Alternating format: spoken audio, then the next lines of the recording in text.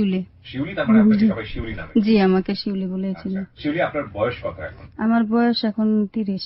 30 বছর বয়স। জি। কোথায় থাকেন আপনি? সাভার হেমায়েতপুর। সাভার হেমায়েতপুরে থাকেন আপনি। ওকে, হ্যাঁ বলেন শিউলি, আমরা আপনার জীবনের গল্পটাই আজকে এখানে তুলে নিয়ে আসতে চাই, এবং আমি জানি যে আপনি আমাদের রেডিওর খুব পুরনো একজন শ্রোতা, বিশেষ করে হ্যালো 920 কোনো পর্বই মিস দেন না। আপনার সঙ্গে কথা বলে আমি বুঝতে পেরেছি।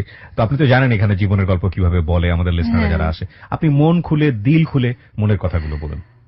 যখন আমি ছোট, আমার বয়স যখন 6 কিংবা 7, জি, তখন মানে আমি মামাদের কাছেই থাকি। তখন মানে আপন পর এইগুলা বুঝি না। আচ্ছা। তো দেখি সবার বাবা মা কাছে থাকে, আমার বাবা মা নাই। আমি মামাদের কাছেই মানুষ হয়েছি। তো মামা বাড়ি কোথায়? মামা বাড়ি হলো গোপালগঞ্জ। আচ্ছা, মানে আপনার বুদ্ধির পর থেকে আপনি দেখেছেন যে মামা বাড়িতেই আপনি আছেন, মানে সবাই বাবা মার কাছে কিন্তু আপনি একটু অন্যরকম মামাদের কাছে।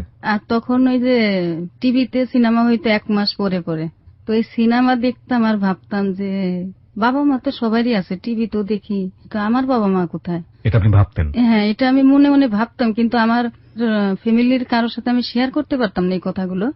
তাই আমি মনে মনে এগুলা ভাবতাম। আর ছোটবেলা থেকে আমি খুব হাসি খুশি ছিলাম, খুব আনন্দ উল্লাস ভাবে চলতাম। আমার মামারাও এটা আমাকে খুব সাপোর্ট করতো। আচ্ছা। খুব প্রিয় আমার একজন মামা, মানে সেজো মামা, ফরিদ যার নাম, শেখ ফরিদ। তো ওনাকে আমি খুব পছন্দ করতাম। তো মামাকে আমি বললাম, মামা সবারই তো বাবা মা আছে, তো আমার বাবা মা কোথায়? পরে মামা বললো যে আছে মা, তুমি কি যাবা? আমি বললাম যে হ্যাঁ আমি যাব। তো মামা বললো যে ঠিক আছে, তাহলে আমি একদিন নিয়ে যাব। তো এই কথা বললো পরে মিরপুর পীরের বাগ, ওই আমার মামা আমাকে সাইকেলে করে নিয়ে যাইতেছে। ওকে। তো আমি গেছি, যাওয়ার পরে দেখি যে আমার মা এমনি যাইতো আসতো আমার কাছে, এমনি দেখতাম, কিন্তু বাবা মার সাথে একসাথে থাকতে পারতাম না। তো গেছি, যাওয়ার পরে দেখি যে ওইখানে আরো ওনার 4টা ছেলে মেয়ে আছে, মানে আমি যাই উঠছি। মানে আমি যদি ভুল না করে থাকি, বুদ্ধির পরে বাবা মাকে নিয়ে এটাই আপনার প্রথম স্মৃতি, যে বাবা মার কাছে আপনি যাচ্ছেন এবং প্রথম দেখলেন।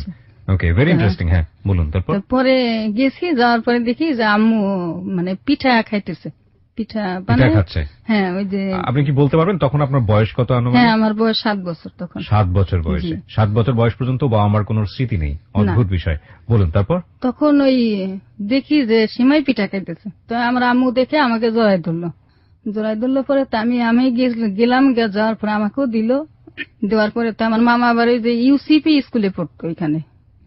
তো মামা বললো কি, আম্মু তুমি থাকো, যাওয়ার সময় তোমাকে আমি নিয়ে যাব। তো আমি থাকলাম ওইখানে। ওই 2টা ছেলে ছিল আর 2টা মেয়ে ছিল। ওকে।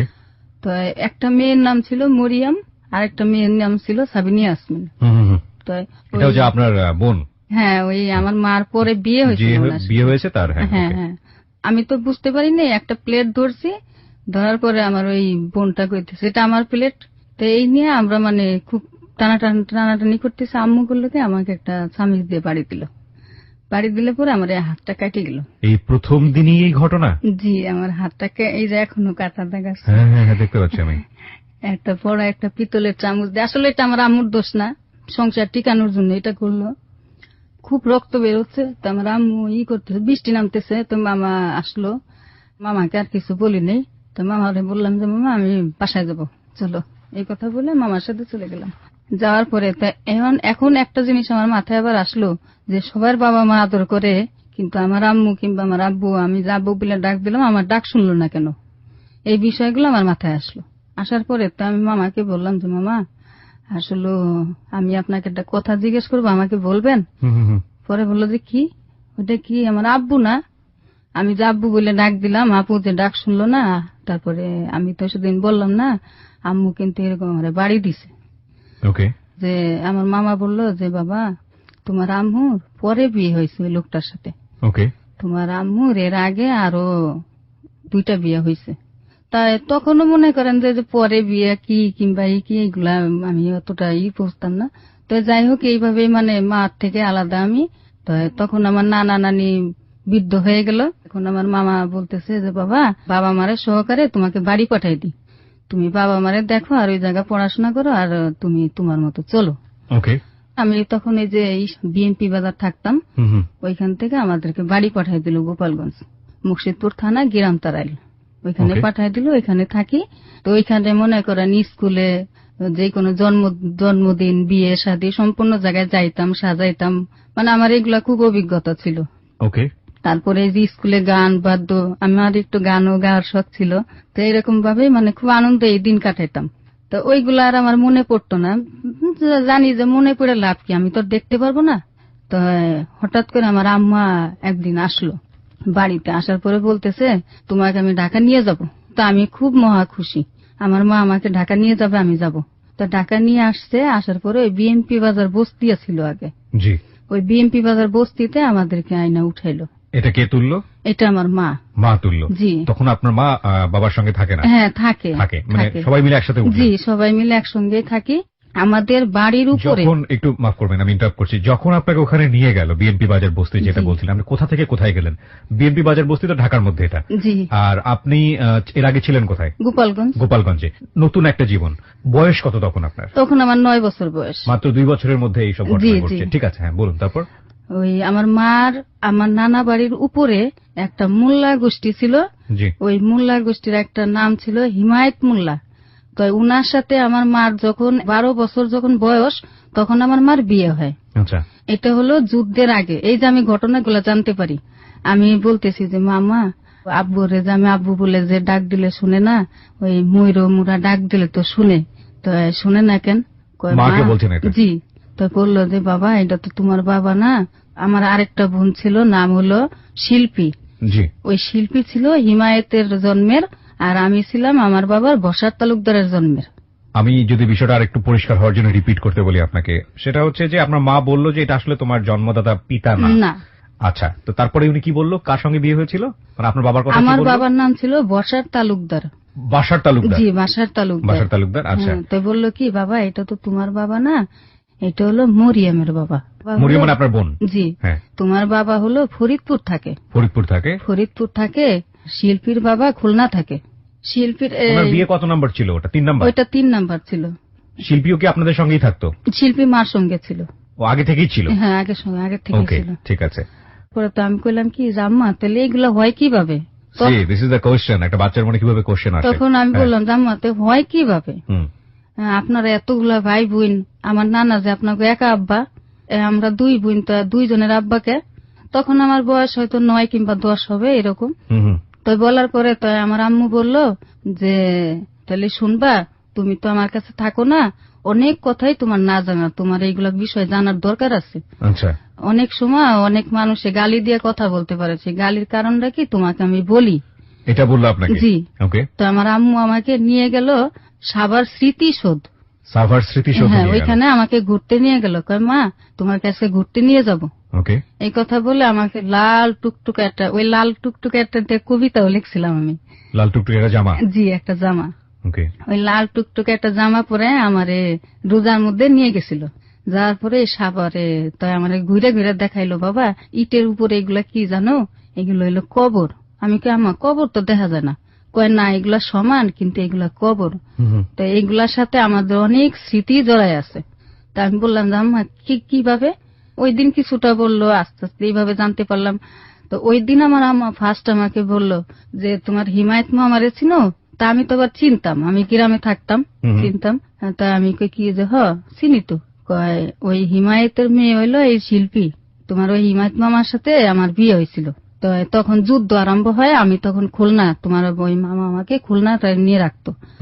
খুলনা ঝুট মেলে চাকরি করতো। তখন গর্ভবতী আমার মা। আচ্ছা। এখন আমার নানাকে ডাক দিয়ে বললো যে আব্বা, ও তো এরকম, এখন আমি তো পুরুষ লোক, কিছু করতে পারবো না, আপনি বাড়ি নিয়ে যান, আর এই জায়গাতে এরকম যুদ্ধ লেগে গেছে। ওকে। তখন আমার মার মনে হয় 9 মাস এরকম, 8 মাস 9 মাস এরকম হবে। তো হওয়ার পরে আমার নানা বাড়ি নিয়ে আসলো। বাড়ি নিয়ে আসার পর তো আমার নানা আবার ওই যে বাসারি নৌকা দিয়ে ব্যবসা করতো। আচ্ছা। লবণ তেল এগুলো অনেক করে নিয়ে আসতো, আইনে নয় হাটে হাটে দিত। আচ্ছা। তো আমার নানা শুনলো যে গোপালগঞ্জ এবং মুর্শিদপুর এই 2 জায়গায় ওই যে ওইরকম যুদ্ধ আরম্ভ হয়েছে। তো আমার নানা চিন্তা করলো কি, আমার মেয়েটা বড়া পোয়াতি বাড়ি রাখমু, যদি কোনো ভেজাল হয়, এই চিন্তা করে আমার নানা ওই আমার নানার সাথে রাখতেছে। পুরা যুদ্ধ বলে ওই সময় দেশে। তো তখন এলাকাটার নাম আমার মনে নাই, আম্মা কি এলাকার নাম বলছিল, তো ওই এলাকায় যখন যাইতেছে তখন বলে ওই যে লঞ্চের থেকে ওই অনেকগুলো রাজাকাররা ওই ওনাদের নৌকা বাজারি ধরে ফেলাইছে। আপনার মায়ের হ্যাঁ, নৌকা যে নৌকায় ছিল। তার একটা ব্যবসায়ী ছিল, ওনার একটা মেয়ে ছিল, আমার মা ছিল, আরো 4-5 জন ব্যবসায়ীরা ছিল। এরকম থাকার পরে তো আমার নানা যখনই ওই যে দেখছে, দেখার পরে আমার মারে ওই নৌকার ওই যে মাসাইল বলে ওই মাসাইলের তলে ঢুকে রাখছিল। জি। কিন্তু ওই যে আমার মা তো ভরা পুয়াতি, মাসাইলে যখন পাড়া লাগছে তখন আমার মা চিৎকার বেড়ে উঠছে।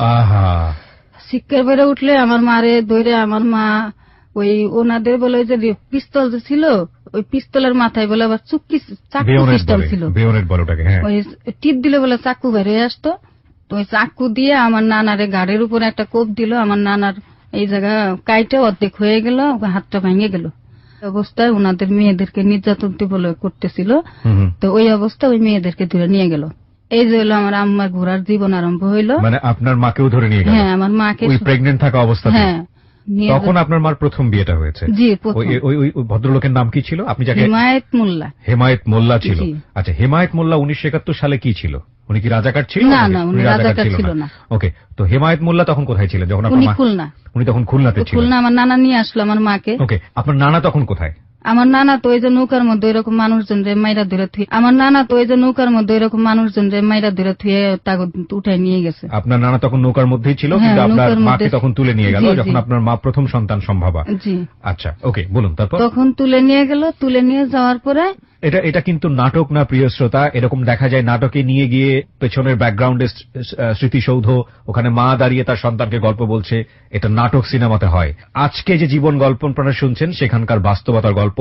গ্রামের একজন নিপীড়িত নির্যাতিত মা, যে মায়ের গল্প এখানে উঠে আসছে, যার গল্প আজকে আপনারা এই শিউলির মুখ দিয়ে শুনছেন। তিনি একজন 71-এর, যে শব্দটা আমরা পেয়েছি আমাদের গুণীজনদের কাছ থেকে, তাদেরকে যেভাবে বলা হতো, তিনি একজন 71-এর বীরাঙ্গনা, এবং এতই পরিচিত একজন বীরাঙ্গনা যার পরিচয়টা আমরা যদি এখানে রিভিল করি, বলি আপনাদেরকে, তাহলে আপনারা তাকে চিনবেন। তিনি এখন মারাত্মক রকমের অসুস্থ, তিনি হাসপাতালে আছেন। তাকে আমরা আনতে পারিনি স্টুডিওতে, কিন্তু আমরা অবশ্যই অনুষ্ঠানের প্রয়োজনে এখান থেকে তাকে আমরা ফোনে কানেক্ট করব।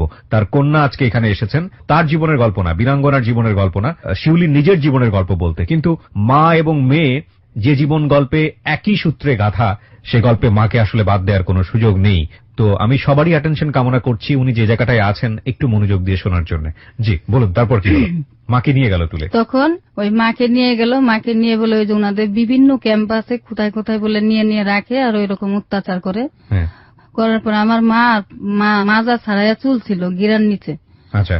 ওই মহিলাদেরকে চুল বড় রাখতে দিত না, যে গলার সাথে পেঁচায় মরে যাবে। আপনি যদিও আমাকে আমার প্রশ্নটা করাটা খুব রুড হচ্ছে, কিন্তু আমার জানার জন্য এটা, আপনার মা তখন সন্তান সম্ভবা ছিলেন? জি। আপনার মা কি বলেছিলেন যে ওনার সন্তানের বয়স কত হয়েছিল ওই সময়টাতে? হ্যাঁ, ওনাদেরকে অনেকে, আমার আম্মুরে ওই যে সিগারেট দিয়ে আমার মার হাতে অনেক দাগ আছে। এখনো দাগ আছে? হ্যাঁ, এখনো দাগ আছে। ওই অবস্থায় কি তার ওই অবস্থায় নির্যাতিত করতো। তারপরে আমার আম্মু এই যে যখন ব্যথা উঠছে তখন ওই বলে মাথার ভিতরে লাঠি মাইরা মহিলাকে কাছে দিছে, যাই ওর কি হইব এটা বাইর কর। ওরা বলে এরকম কইরা দিছে। দেওয়ার পরে আমার ওই বোনটা হয় শিল্পী হলো। হ্যাঁ, তো ওই যে ওইরকম লাঠি মাইরা মহিলাকে কাছে দিছে, এই নে, এই যে এটা কি করবে এটা কর। তার মানে কি ওই পাকিস্তানিদের ক্যাম্পেই হয়? হ্যাঁ, ওই ক্যাম্পেই হয়। কোথায় হয়েছিল বলেছে আপনাকে? এটা সম্ভবত যশোর শার্শা থানায়। শার্শা থানা এবারে কোন একটা ক্যাম্পে, এটা ছিল রাজাকারদের ক্যাম্প। ওখানে যেখানে বন্দী ছিল সেখানে বাচ্চাটা হয়? হ্যাঁ। আচ্ছা, তারপর? তো আমার আম্মুর তো এই যে 12 হাত কাপড় ছিল, তো বাচ্চাটাকে ধরতে হইব, তো ওই জায়গা থেকে 3 হাত কাপড় কেটে ফেলাইলো। কেটে ওই বাচ্চাটারে পেঁচাই পুষে আমার মা ধরলো। ধরার পরে কোনো ওষুধ না পানি না, আমার মার অনেক কষ্ট হয়েছে। কষ্ট হওয়ার পরে তো ওই অবস্থায় বলে মহিলাকে কত নির্যাতন করতো, কোনো খাবার দিত না, কোনো কিছু। আমার মারে আমি অনেক ভুল বুঝছি, কিন্তু আমার মার এই হিস্টোরি যখন আমি শুনছি তখন আমি নিজে অপরাধী মনে করছি। তখন আমার মার উপরে আমার কোনো রাগ ছিল না। হঠাৎ করে কিছু মুক্তিযোদ্ধারা নাকি বলে এরকম খবর পাইলো, একটা ক্যাম্প আছে যশোরের মধ্যে, ওই ক্যাম্পে অনেকগুলা মহিলারা আছে। তখন আল্লাহর রহমতে এরকম একটা সিস্টেম ছিল যে আমার মার কাছে আমি শুনছি যে পুরুষ যে মুক্তিযোদ্ধারা ছিল তারা কলেজে পড়তো, তাদের ভিতরে বলে একটা মানে অগ্নি ছিল যে যেখানে মহিলা নির্যাতিত হবে সেখানে আগুন জ্বালাই দিব, ওদেরকে মেরে ফেলাবো। মানে এইরকম একটা উনাদের মধ্যে জিত ছিল। আপনার মার নাম কি? আমার মার নাম হলো মুক্তিযোদ্ধা শেখ ফাতেমা আলী। শেখ ফাতেমা আলী, ওনার তো সার্টিফিকেট পেয়েছেন, মুক্তিযোদ্ধা হ্যাঁ। সার্টিফিকেট আছে আপনার কাছে? সার্টিফিকেটটা জি আছে। আপনি নিয়ে এসেছেন আমার জন্য? ঠিক আছে, দেন আমার কাছে। মুক্তিযোদ্ধার ক্রমিক নাম্বার বা কোনো কিছু যদি থাকে আমি আমার শ্রোতাদের জন্য একটু পড়ে শোনাতে চাই। কিছু কিছু ছবি আছে। ছবিগুলো আমি আমার ফেসবুকে দিয়ে দিব, কিন্তু আপনি আমাকে ওই সার্টিফিকেটটা দেন আপনার মায়ের। এনার যারা যারা ছবি দেখাচ্ছে এনারা কি সবাই বীরাঙ্গনা? হ্যাঁ হ্যাঁ সবাই। এনারা সবাই বীরাঙ্গনা না? ঠিক আছে, দেন সার্টিফিকেটটা দেন। এটা প্রত্যয়ন পত্র। এই যে মেনটা, এই যে। আচ্ছা, এটা হচ্ছে মূলটা। হ্যাঁ, হ্যাঁ, এটাই এটা। দরকার ছিল আমার। আন্তর্জাতিক নারী নির্যাতন প্রতিরোধ পক্ষ 25 নভেম্বর হতে 10 ডিসেম্বর 2014 বেগম রোকেয়া দিবস পালন এই যে উপলক্ষে একটা। মহিলা বিষয়ক অধিদপ্তর।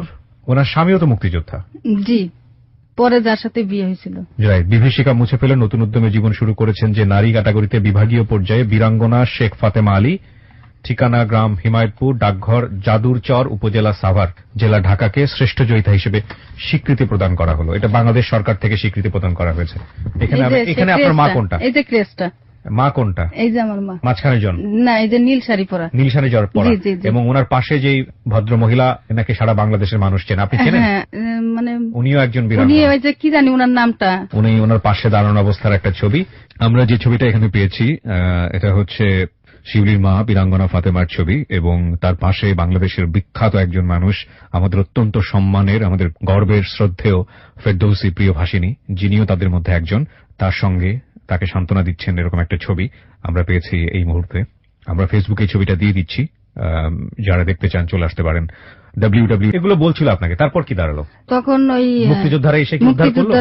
মুক্তিযোদ্ধারা ওইখানে ওদেরকে ছিন্ন বিচ্ছিন্ন করে একটা যুদ্ধ অপারেশন চালাইলো বলে। চালানোর পরে এই ওনাদের 49 জন মহিলা পাইছিল, তারা ওইখানে নিয়ে ওই মহিলাদেরকে চিকিৎসা চালাইলো। তারা প্রায় 13 জন না 14 জন এক রুমের মধ্যে ছিল। তারা এখনো একসঙ্গে আছে আল্লাহর এই রহমতে। যে ছবিগুলো আমি দেখতে পাচ্ছি, ওনারাও। ফিরোজা বেগম, আমিনা বেগম। ওনারা কি একই গ্রামের? সিতারা খালা না, এগুলা বিভিন্ন জায়গার। আমার আম্মু ওই আগের থেকে চাইছিল যে আমরা যখন এরকম নির্যাতিত হয়েছি আমরা একই সুতার মালা হয়ে থাকবো। আচ্ছা, শেখ মুজিবুর সাহেব ডাকছিল তারপরে। ওকে, সেটার গল্পে আমরা নিশ্চয়ই যাবো, কিন্তু এই গল্পগুলো আপনার মা আপনাকে স্মৃতিসৌধে দাঁড়িয়ে থেকে জি, জি, এগুলো জি। বলছে, রাইট?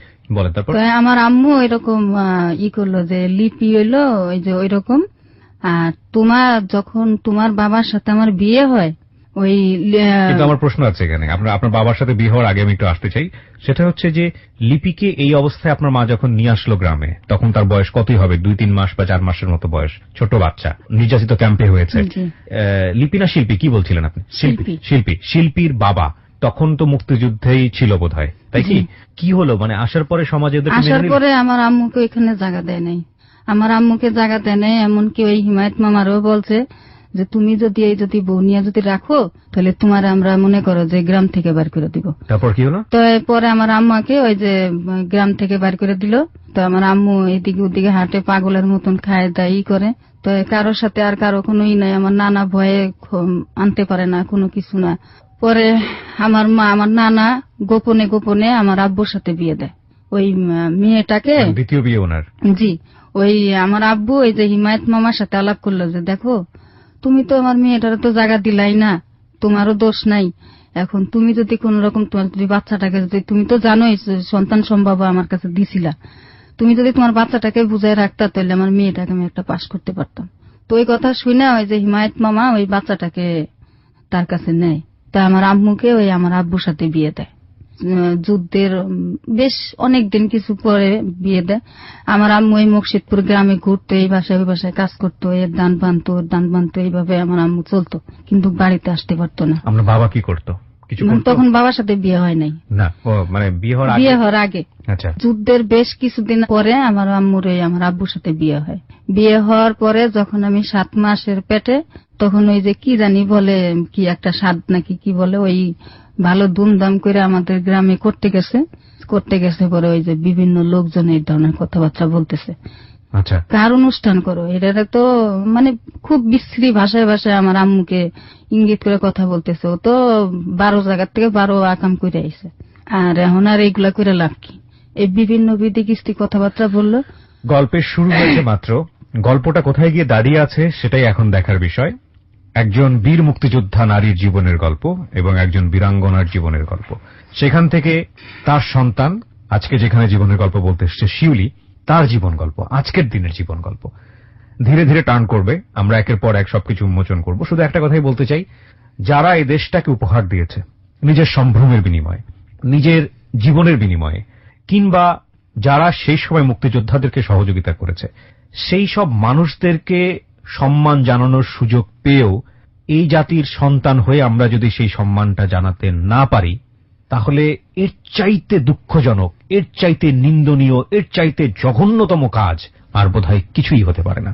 আমি শুধু এতটুকুই বলতে চাই, এবং এই কাজটা যদি আমরা কিংবা আমাদের প্রতিবেশীরা কেউ করে থাকে, যে কোনো বীরাঙ্গনা সন্তানকে অপমান করা, কিংবা কোনো বীরাঙ্গনাকে প্রপার রেসপেক্ট না দেয়া, কিংবা কোনো মুক্তিযোদ্ধাকে তার প্রাপ্য সম্মানটা না দেয়া, কিংবা যারা মুক্তিযুদ্ধে প্রত্যক্ষ পরোক্ষভাবে সহযোগিতা করেছেন তাদের প্রতি রেসপেক্ট এবং ভালোবাসাটা না দেখানো, তাহলে মনে করতে হবে যে এই দেশে জন্মগ্রহণ করাটাই আপনার উচিত হয়নি।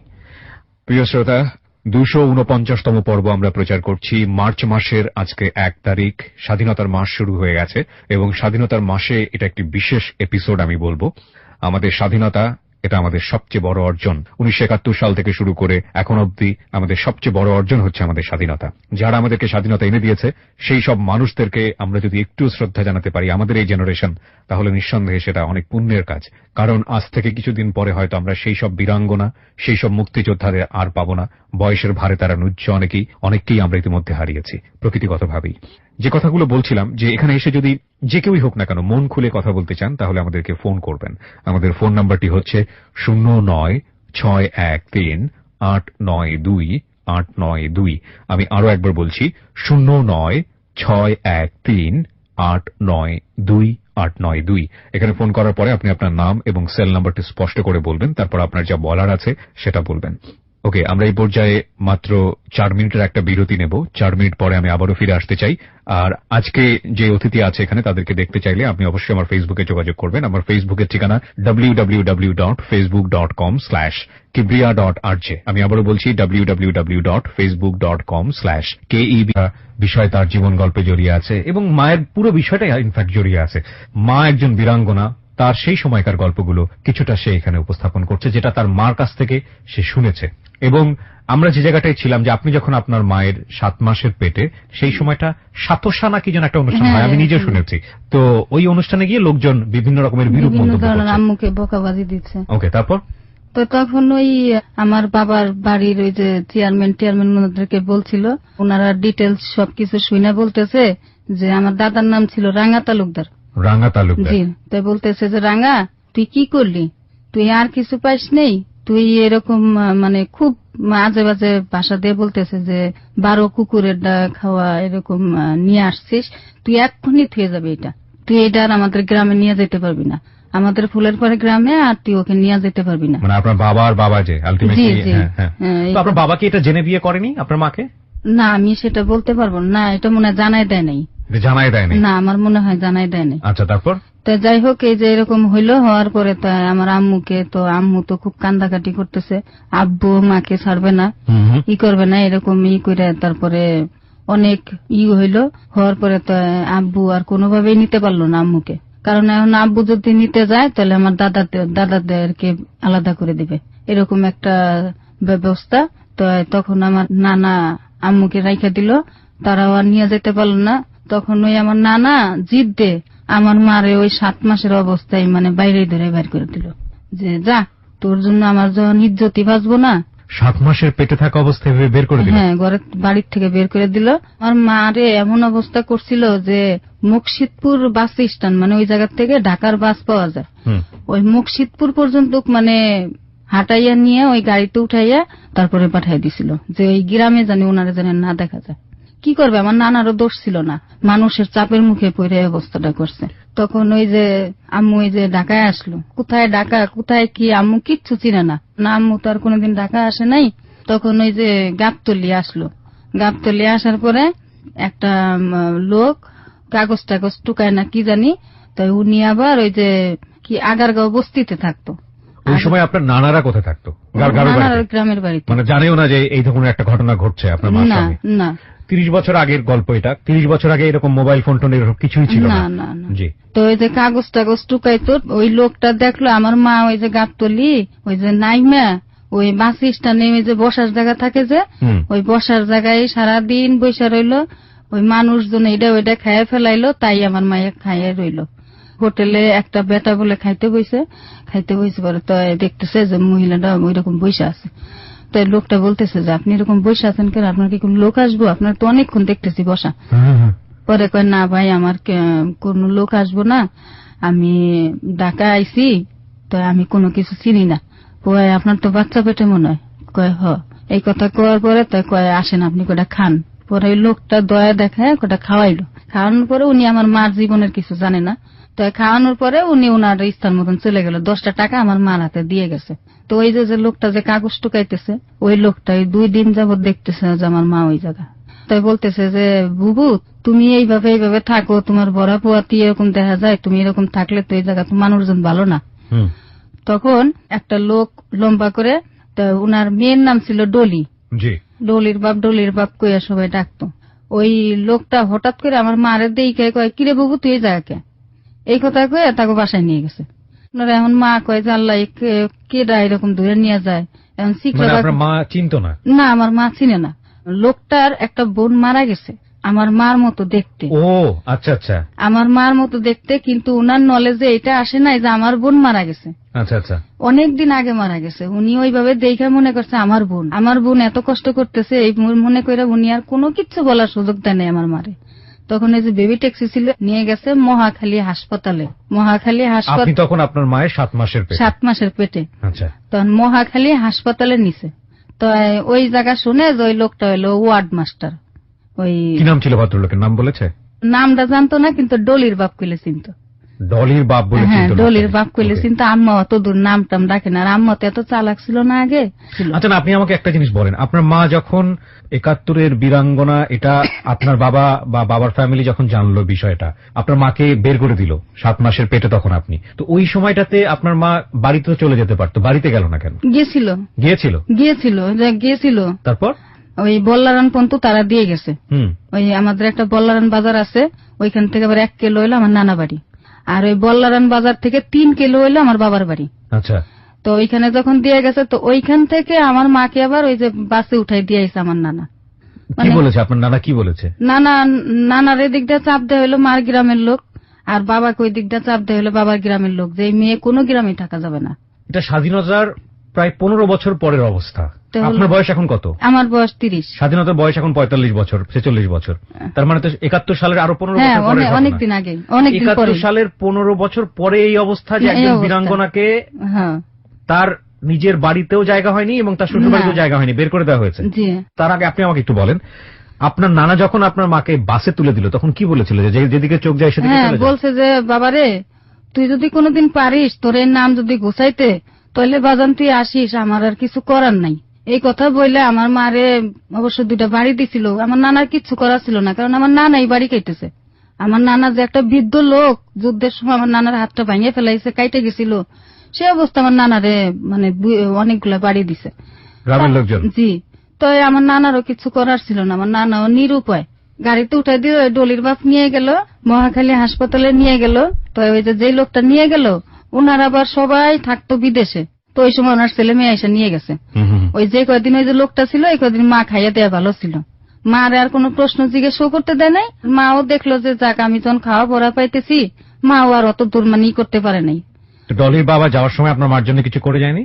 না, উনি কিছু করেন। আচ্ছা ঠিক আছে, তারপর কি হলো? আপনার মা কি করে? এই বাড়ি টাড়ি সব বিক্রি করে ওনার টাকা পয়সা নিয়ে বিদেশে চলে গেছে। কি শুনছি আজকে, মানে আমরা যে বলি যে জীবন নাটকের চেয়ে অনেক বেশি নাটকীয়, এটা আসলেই গল্প সিনেমায়, অতিমাত্রায়, ড্রামাতে কোথাও আসলে জীবনকে ছুতে পারে না। জীবন সবসময় নাটকের চেয়ে অনেক অনেক বেশি নাটকীয়। জি, তারপর কি হলো? পরে ওই যে ওই বড় বড় স্যাররা ছিল, কইতো যে আমার রুমটা একটু ঝাড়ু দিয়ে দে। এটা কোথায়, কোন হাসপাতাল? ওই যে মহাখালী, মনে হয় এটা কলেরা হাসপাতাল ছিল। আচ্ছা, ওই ঝাড়ু দিয়ে দিত। ওনারা করতো কি, যে বাবুর্চির কাছ থেকে 1 পিস রুটি, একটা কলা এরকম নিয়ে দিত। তাই মা ওইগুলা খেয়ে থাকতো। হঠাৎ করে আমার মার শরীর খুবই অসুস্থ হয়ে গেল। তখন তো আমি পেটে, তখন হলো তার ভালো খাওয়া দাওয়ার দরকার, রেস্টের দরকার। তখন তো আমার মা এগুলো পায় নাই। মা তো আর কোনো জায়গা চিনে না, কোনো কিছুই না। ওই গাড়িতে উঠে আইসা পড়লো সরোয়ার্দী হাসপাতালে। সরোয়ার্দী হাসপাতালে আমি ডেলিভারি হইলাম। কি সিজার করে আমারে করছিল। তখন আমার মার অনেক কষ্ট হয়েছে, ওষুধপত্র কিনতে পারে নাই, তো ওই যেভাবে পারছে ওইভাবে এই জিনিসটা হয়েছে, আর আগে তো এরকমই ছিল না। তো আমার মার অনেক কষ্ট হয়েছে এই সরর দিতে। ডাক্তাররা কয় তোমার তো নাম কেটে দিব, তুমি যাও না কেন? আমি কোথায় যাব, আমার তো যাওয়ার জায়গা নাই। তো এরকম কইছে, কোয়ার পরে তো আমার মা চিন্তা করলো যে না, আমি আর আমার এই কথা কেউ কাছে কব না। আমার এই কথা কইতে গেলে যদি আমার এবার বাচ্চা সহকারে যদি আমার খেদাই দেয়, থাক আমার এটা গোপন আছে, গোপন থাক। এই চিন্তা ভাবনা করে আমার আম্মু গোপন রাখছে, আমার কোলে কোলে রাখে। আর ওই যে এই বারান্দা ঝাড়ু দেয়, ওই বারান্দা ঝাড়ু দেয়, বাবুরছে ও কাছের থেকে ওটা বাচ্চা ইয়া খায়, এরকম করে খায়। ওই রুগীর একটা কাপড় দিয়ে দেয়, এই সরর দিই। মানে এখন আমার মার সম্বল আর কম্বল রয়ে গেল।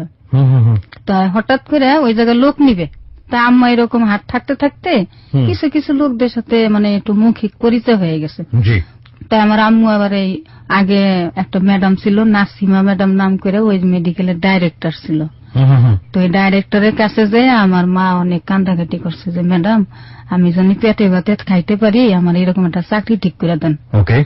আমার বাড়ি হলো গোপালগঞ্জ, আমার স্বামী নাই, আমার বাচ্চাটা নিয়ে আমি বড় কষ্টে আছি। আমার মা আর ওই কথা কয় নাই। তাই উনি করলো কি, ওই একটা চাকরি দিল, সরকারি চাকরি দিল, একদম সরকারি। তো এর কিছুদিন পরে আবার বলে ওই যে কি জানি কয় ইলেকশন। তো ইলেকশন হইলো, আমার ওই বেগম খালেদা জিয়া ক্ষমতায় আসে, আসার পরে কিভাবে জানি আমার মার চাকরিটা চলে যায়। যাওয়ার পরে ওই আমার মার আগের মতন এই যে সিস্টেম হইলো, আবার ওই এই বারান্দা ঝাড়ু দেয়, ওই বারান্দা ঝাড়ু দেয়, চাকরি তো আর নাই এখন। ওই যে ওইগুলো কতদিনে কি আপনার মা মুক্তিযুদ্ধ সার্টিফিকেট পেয়েছে? তখন ওই যে আমার মারে একবার ওই যে শেখ মুজিবর সাহেব দিয়ে গেছিল একটা, শেখ মুজিবর সাহেব মেয়েদেরকে ডাইকা বলছিল যে এই মেয়েরা তোরা আয়, আমার বাড়িতে নাইল দিয়ে ভাত খেয়ে যা, আর এই কাগজ নিয়ে যা। তো আমাদের এই যে গোপালগঞ্জের সাপলাটের নাইল কয়, তোরা তো আমারই মেয়ে, এই কথা বলে একটা কাগজ দিয়ে গেছিল। কাগজ দিয়ে যাওয়ার পরে তো এই যে 88 বন্যার মধ্যে আমার মার সেই কাগজটা নষ্ট হয়ে যায়। 88 বন্যার মধ্যে আমার মার সেই কাগজ নষ্ট হয়ে যায়। কিন্তু আমার মার কমান্ডারের নাম, সেক্টর নাম্বার, এইগুলো আমার মার মনে ছিল। মনে থাকার পরে তো আমার মা ওইখানে আবার জরিপ চালাইছিল। কিন্তু আমার মা ওই আস্তে আস্তে অনেক লাত্তি উষ্টা খাইতে খাইতে তারপরে এর মধ্যে তখন ওই আমি একটু বড় হইলাম। বড় হওয়ার পরে তখন আমার বয়স, তখন মনে করেন যে আমার প্রায় 2 বছর 2.5 বছর হয়ে গেছে। তখন আমার মা চিন্তা করলো যে বাচ্চা নিয়ে আর এইভাবে কেমনে থাকবো, মেডিকেলে একটা ব্যবস্থা করি। তো এই যে সরোয়ারদের পিছনে মহল্লা ছিল, মানে বস্তির মতন, ওই জায়গায় আমার মা 300 টাকা একটা রুম ভাড়া নিল। তখন আপনার বয়স কত মনে আছে? 2.5 বছর। 2.5 বছর বয়স। আপনি এবং আপনার মা, আর কেউ নাই? না, আর কেউ না। তখন 2.5 বছর আমার মা ওই যে চিন্তা করলো যে বাচ্চাটা ঘুমাইলে ফ্লোরে ঘুম পাড়াই থুয়ে যায়, এটা কেমন হয়, আমি থাকি একটা টেনশনে। তো একটা বাসা নেই, মা করলো কি 300 টাকা একটা বাসা নিল। বাসা নেওয়ার পরে ওই যে বিভিন্ন ওই যে ওয়ার্ড মাস্টার আছে, ওনাকে ওই যে ঘুষ টুস খাওয়াই একটা ওয়ার্ডে পড়ে থাকতো, ওই ওয়ার্ডের সব কাজ করতো। আর ওই রুগীরা ওই যে 10-20 টাকা কইরা 50 টাকা কইরা মারে দিত, কেউ কাপড় দিয়ে দিত, কেউ একটা জিনিস আইনা দিত। তো এরকম কইরা তাকে সেবা যত্ন করতো। আমার মার মনে করেন যে দিনে 70-80 টাকা হয়ে যেত। 70-80 টাকা হয়ে গেলে তো আমার মা আর আমি এরকম ভালোই থাকতাম। তো এরকম আস্তে আস্তে নাকি বলে আমি আমার সাথে বড় হইতেছি। বড় হওয়ার পরে হুট করে ওই আমার যে নানা, এই নানার প্যারালাইসেন্স হইল। জি, আমার নানার প্যারালাইসেন্স হইল। প্যারালাইসেন্স হয়ে যাওয়ার পরে ওনাদের জমি ভিটা আর কিছু নাই, সব বিক্রি করে ট্রিটমেন্ট করতে। হ্যাঁ, সব ট্রিটমেন্ট করতে। আমার নানার তো একটা হাত তো কাইটাই, মানে ঝোলা ছিল খালি। তো ওই অবস্থা। তো তখন ওই আমার মা কিভাবে জানিয়ে একটু খবর পাইছে। খবর পাওয়ার পরে তখন তো আমার খুব ভালো ট্রিটমেন্ট করলো। করার পরে আমার নানা এখন আল্লাহর রহমতে সুস্থ। নানারে ব্যবসা ধরাই দিল, কাঁচামালের ব্যবসা, যে বাজান সবজির ব্যবসা। জি, যে বাজান আমি জানি কি আমি এরকম বৈশা খাইতে পারবো না, আমার বাড়িতে অনেক কিছু বেজাল টেজাল আছে, আমার কাজ করতে হবে। তো নানা ওইরকম কাঁচামালের ব্যবসা দিয়ে দিল। আমার নানা ওই যে আমার নানার একটা বান্দা জায়গা ছিল তেজকুনি পাড়া। এই তেজকুনি পাড়ার অনেক লোক আমার নানাকে চিনতো, অনেক সম্মান করতো, ভালোবাসতো। ওই তেজকুনি পাড়া কিছু বাসায় আমার নানা তরকারি দিত, ওই এক জায়গায় ব্যবসা করতো, আর কোথায় করতো না। চিন্তা করুন, একজন মুক্তিযোদ্ধার পরিণতি।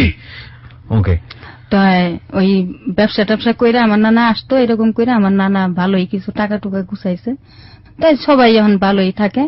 থাকার পরে এই যে বর্তমানে যে আমার যে বাবা, এই বাবা হুট করে ওই রুগী দেখাইতেছে। উনি আবার সংসদ সচিবালয়ে চাকরি করে। বর্তমান বাবা মানে আপনার মার যে 3 নম্বর যে জি বিয়েটা? জি, উনি সংসদ সচিবালয়ে চাকরি করে। আচ্ছা, উনি হলো এই যে কারেন্টের মিস্ত্রি। কি নাম ভদ্রলোকের? ওনার হলো আলী আহমেদ নাম। আলী আহমেদ, ওকে। জি।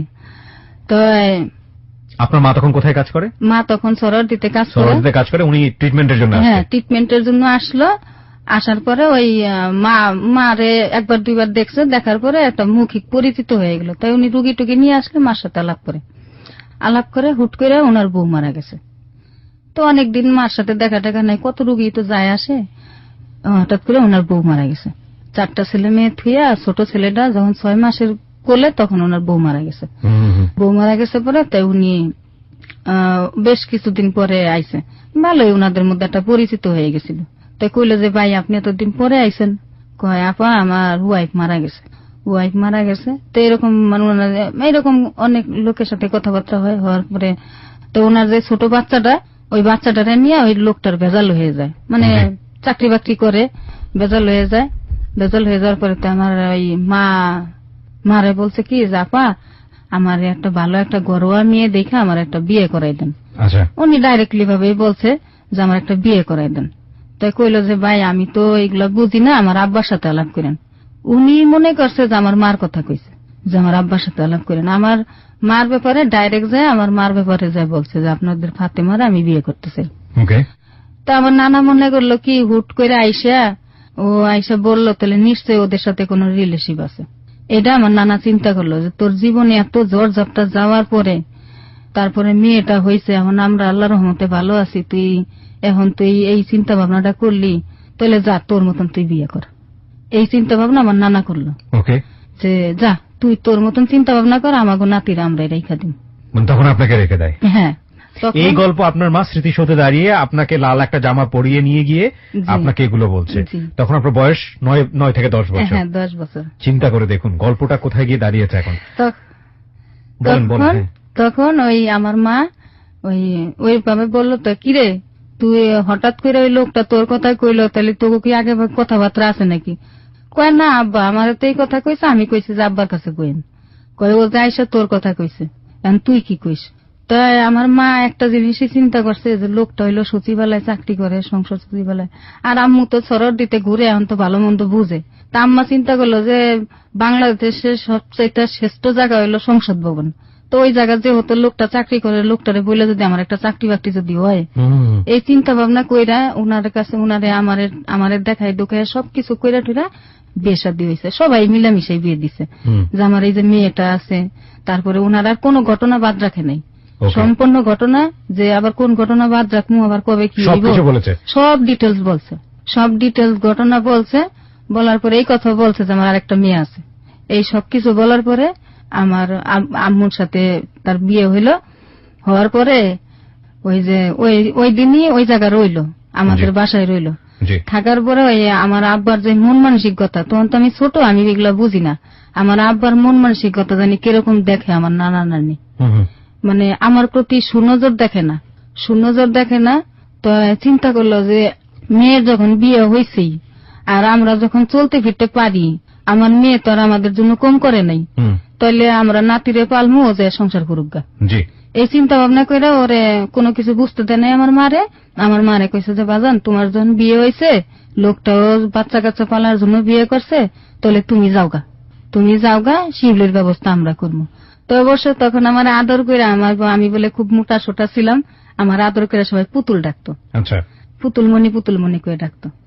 তা আমরা পুতুলমণির করবো, তুমি যাওগা। আচ্ছা, এই আব্বার সাথে আলাপ করলো। তা আব্বা তো মহা খুশি যে আমি একান্ত ভাবে পাবো, আমার ছেলে মেয়ের একটা ভালো মন্দ হবে। তো এই চিন্তা ভাবনা করে ঠিকই আমার মারে নিয়ে পোলাপান নিয়ে ওই যে পীরের বাগ থাকে, তো ওই যে আবার ওই যে আমরা এক জায়গা হইলাম। এক জায়গা হওয়ার পরে তাই যে আমার আম্মা আমার কাছে এই ঘটনাগুলো বললো। বলার পরে তো আমার না এই যে আস্তে আস্তে আমার মা কাজ টাজ করে, নানারও কাজ করে, মামারও বড় হয়ে গেছে, এই কইরা এই জমি জমা সব ফিরাইছে। এই গল্পটা আপনার মা আপনাকে ওই জায়গাটাই বললো, এবং আমি জানি 9 বছর পরে আপনি তার মার কাছে তখন ফিরে এসেছেন। আপনি নানার বাড়িতে একটা সময় পর্যন্ত বড় হয়েছেন, একেবারে খুব ছোট বেলা পর্যন্ত। এদিকে আপনার মা 3 নম্বর যে বিয়েটা সেখানে সংসার করছে। সেই ঘরে কটা বাচ্চা? সেই ঘরে ওই লোকটারই হলো 4টা, আমার মার আর বাচ্চা কাচ্চাও হয় নাই। আচ্ছা, আর ওই যে বাচ্চাটা মানে সেই ক্যাম্পে হয়েছিল এবং ওনার নাম ছিল শিল্পী, উনিও তখন আপনাদের সঙ্গেই সংসারে থাকতো। হ্যাঁ, আপনিও তখন ফিরে এসেছেন। তার মানে 6 ভাই বোন তখন আপনারা সবাই মিলে, এবং এই অবস্থায় আপনারা বিএনপি বস্তিতে যেটা বলছিলেন সেই অবস্থায় আপনারা থাকা শুরু করলেন। আমরা এখান থেকে আপনার জীবনের গল্পে একটু অ্যাডভান্স হতে চাই। আজকের এই শিউলির জীবনের গল্পের যে ব্যাকগ্রাউন্ড, সেই ব্যাকগ্রাউন্ড তার এই 30 বছরের জীবনকে কিভাবে এফোর করে দিয়েছে, কিভাবে ক্ষতিগ্রস্ত করেছে, কিভাবে একজন বীরাঙ্গনার সন্তান হয়ে বাংলাদেশে যেখানে তার সম্মান পাওয়ার কথা ছিল সেখানে সে নির্যাতিত হয়েছে, প্রতিটি ধাপে ধাপে সবকিছু গল্প উঠে আসবে 12টার পর। আপনারা আশা করছি আমাদের সাথেই থাকবেন। আমরা যে এত বলি আমাদের মহান স্বাধীনতা, আমরা যে এত বলি আমাদের বিজয়, আমাদের গৌরব, আমাদের অহংকার, এবং যারা আমাদের এই অহংকার উপহার দিয়েছেন, এই বিজয় উপহার দিয়েছেন, এই স্বাধীনতা উপহার দিয়েছেন, তাদের সন্তান এই স্বাধীন দেশের মাটিতে কিংবা তারা নিজেরাও পর্যন্ত প্রয়োজনে অপ্রয়োজনে কি পরিমাণ ভয়াবহ ভিকটিম, এই 1971 সালের যেই স্যাক্রিফাইস, সেই স্যাক্রিফাইস স্বাধীন দেশে বসেও তারা কিভাবে সেই স্যাক্রিফাইসের জন্য নির্যাতিত হন, সেটার একটা এক্সাম্পল আজকের এই হ্যালো ইট 920 তে আমরা তুলে ধরব। আমরা ফিরে আসবো মাত্র 5 মিনিট পর। আর আজকে যিনি অতিথি শিউলি, তার একটা ভিডিও ফুটেজ আমরা আমাদের ফেসবুকে দিয়ে দিয়েছি। বলুন তারপর। ওইখান থেকে শুনতে চাই। বিএনপি বস্তিতে সবাই মিলে আপনারা একসাথে আছেন, আপনার মা আপনাকে গল্পটা বললো, তারপর? তাই আমার বললাম যে ছোটবেলা থেকে গান টান করি, বিয়ে বাড়ি টাড়ি সাজাই। নানা আমরা গেছি এক বিয়ের অনুষ্ঠান খাইতে। তো আগে তো ওই যে মাইক টাইক দিয়ে মানুষ আনন্দ ফুর্তি করে গান টান গাইতো, ওই জায়গায় আনন্দ করে একটা গান গেলাম। গান গাওয়ার পরে ওই যে বর্তমান যে আমার বাচ্চার বাবা, যে মানে বাচ্চার বাবা আমাকে দেখে। আচ্ছা, মানে প্রেম প্রীতি কি এইগুলা কিন্তু তখন বুঝি না। জি, খুব আনন্দ করলাম ওইখানে। সবাই গেছিল, আমার মামারা মামারা, তখন মামারা বিয়ে করে নাই, আমরা গেছি। তখন এই লোকটা আমাকে দেখলো, দেখার পরে ডাইরেক্ট আমার নানার কাছে প্রপোজাল দিল। কত বছর বয়স তখন আপনার? তখন আমার 11 বছর কিংবা 12 বছর। এই বয়সে বিয়ের প্রস্তাব আসলো? যে লোকটা প্রস্তাব দিয়েছে তাকে আপনি চেনেন না? না, আমি দেখি নাই। প্রস্তাব দিল, তারপর? তা দেখতে খুব সুন্দর ছিল। অবশ্য ও আমার ব্যাপারে ডিটেল জানতো, আমাকে বিয়ে করলে ওর একটা স্বার্থ আছে, আর ও ছিল বেকার বাদাইমা টাইপের, এরকম দিল। ওই ভালো ছেলে দেখে মানে আমাদের সবাই একদম অজ্ঞান হয়ে গেছে। গ্রামের বাড়ি দেখছে, সবই দেখছে, পরে বাড়ি টাড়ি সব বড় সড়ো সব দেখে মানে সবাই পাগল হয়ে গেছে যে এই মেয়ের জন্য এই ছেলে আইসা আর হাতছাড়া করা যাবে না। ওই মুহূর্তে কি করলো, আমাকে বিয়ে দিবে। আমার মা একটা কথাই বলতেছে, আব্বা আপনি কি করেন, এত সুন্দর ছেলে না আমার এই কাউয়ার মুখে কমলা, আমার মেয়ে তো আমার মেয়েরে নিয়ে এই ছেলে খাইব না, এই ছেলের জানি মনে কি আছে। পরে কয় আরে না, ছেলে ইচ্ছা করে যখন দিছে অসুবিধা নেই। তো কি করলো, এই ছেলের সাথে সবাই আমার মামারা মামিরা তারপরে সবাই কথাবার্তা বললো। তো ওর কথা আর কোনো ফাঁক পাইল না। তো সবাই মানে নাম কি ছিল? ছেলের নাম ছিল শহীদুল ইসলাম খোকন। আপনাদের এলাকাতেই বাড়ি ছিল? ওনার বাড়ি ছিল সালতা থানা নগরকান্দা ইসে। তারপর সবাই আনন্দ ফুর্তি করে আমাকে বিয়ে দেয়। ও আবার একটা করলো যে বস্তির থেকে যদি মেয়ে নিয়ে যাই আমার একটা মান সম্মান যাবে। তা আমার একটা মামা আবার বিয়ে করে মিরপুর থাকতো।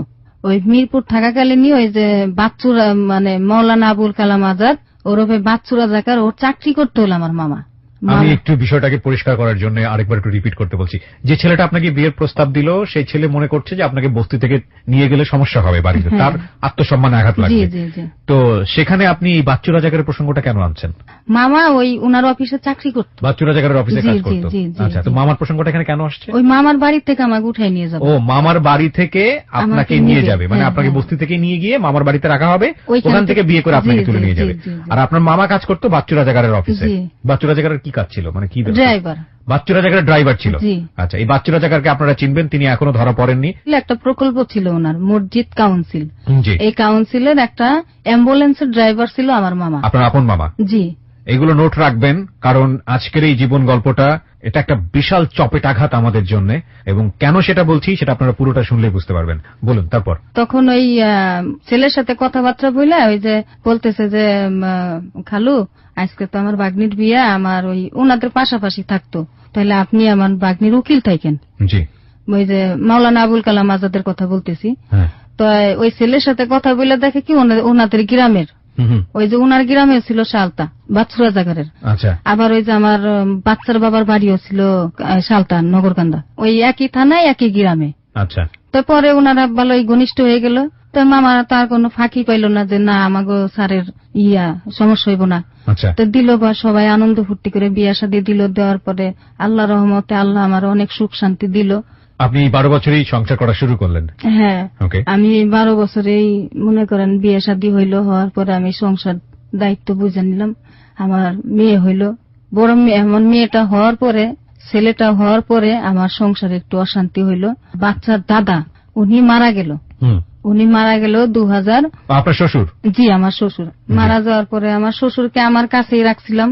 জি, আমার কাছে রাখাই চিকিৎসা করছিলাম। উনি আগের যুগের অনেক ভালো শিক্ষিত একটা লোক ছিল। খুলনা জুট মেলের, পিপুলসি মেলের প্রেসিডেন্ট ছিল। আচ্ছা, উনি ভালো একটা লোক ছিল। উনি মারা যাওয়ার পরে আমাদের সবাই গেল দেখতে। জি, যাওয়ার পরে আমার যখন বিয়ে হয় তখন আমার মাকে ওই যে দেখে নাই, ওই যে মৌলভী সাহেব দেখে নাই, ওই মাওলানা আবুল কালাম আজাদ দেখে নাই। তো আমার শ্বশুর যখন মারা যায় তখন ওই জানাজার মধ্যে তো সবাই দাঁড়ায় আছে, তখন জিজ্ঞেস করতেছে যে ওই মহিলাটাকে, কইতেছে যে ওই মহিলাটা হইলো খোকনের শাশুড়ি। তো কইতেছে কিভাবে খোকনের শাশুড়ি হয়? এই এটা কে জিজ্ঞেস করছে? বাচ্চুরা জায়গা? হ্যাঁ, বাচ্চুরা জায়গা। ওই মহিলাটা তো খোকনের শাশুড়ি হইতে পারে না, কারণ আমি তো তাদের সপরিবার চিনি। হ্যাঁ, আমি তার মেয়েরে বাগ্নিরে বিয়ে দিলাম। এটা হয় কিভাবে? ও তো মানে এইভাবে ডাইরেক্ট যে ও তো বেশ্যা, এইভাবেই বললো। এটা কি জানাজার সময়ের ঘটনা? হ্যাঁ, ওই মানে আমার মাকে বের না করে মাটি দিল না। আমার দাঁড়ান দাঁড়ান দাঁড়ান, আমি একটু বিস্তারিত জানতে চাই। যার কথা এখানে বলা হচ্ছে, কোট আন কোট, এটা নিয়ম অনুসারে ব্যাপারটা হচ্ছে এরকম যে আমরা আমাদের হ্যালো 8920 কিংবা আমার যে রিয়েলিটি শো গুলো আছে সেখানে আমি যেটা করি যে কারো সম্পর্কে যখন এই ধরনের ডিরেক্টলি কোনো কমপ্লেইন বা কোনো কিছু কমেন্টস আসে, সেটা যদি তার আত্মসম্মানে আঘাত লাগে তাহলে সেই কথাগুলো আমরা ফেলে দেই। যদি সম্মানজনক হয় তাহলে সেটা আমরা প্রচার করি। Cause it's not a that kind of show যেটা আসলে ওই সময় গিয়ে বা তাদেরকে মুখোমুখি করে এই কথাগুলোকে প্রমাণ করা হবে। It's not a that kind of reporting style news related show. কিন্তু যে মানুষটির কথা এখানে বলা হচ্ছে সে একজন স্বীকৃত যুদ্ধাপরাধী এবং সে পলাতক আমি যতদূর জানি, এবং তার আন্তর্জাতিক যে যুদ্ধাপরাধ ট্রাইব্যুনাল সেখানে তার রীতিমতো বিচারও হয়েছে। সেই মানুষটির কথা এখানে বলা হচ্ছে। সুতরাং উনি যেটা বলতে চায় আমি ওনাকে ওপেন ফ্লোর দিব, কজ যা যা ঘটেছে অবশ্যই বিশ্বাসযোগ্য আমি বলবো।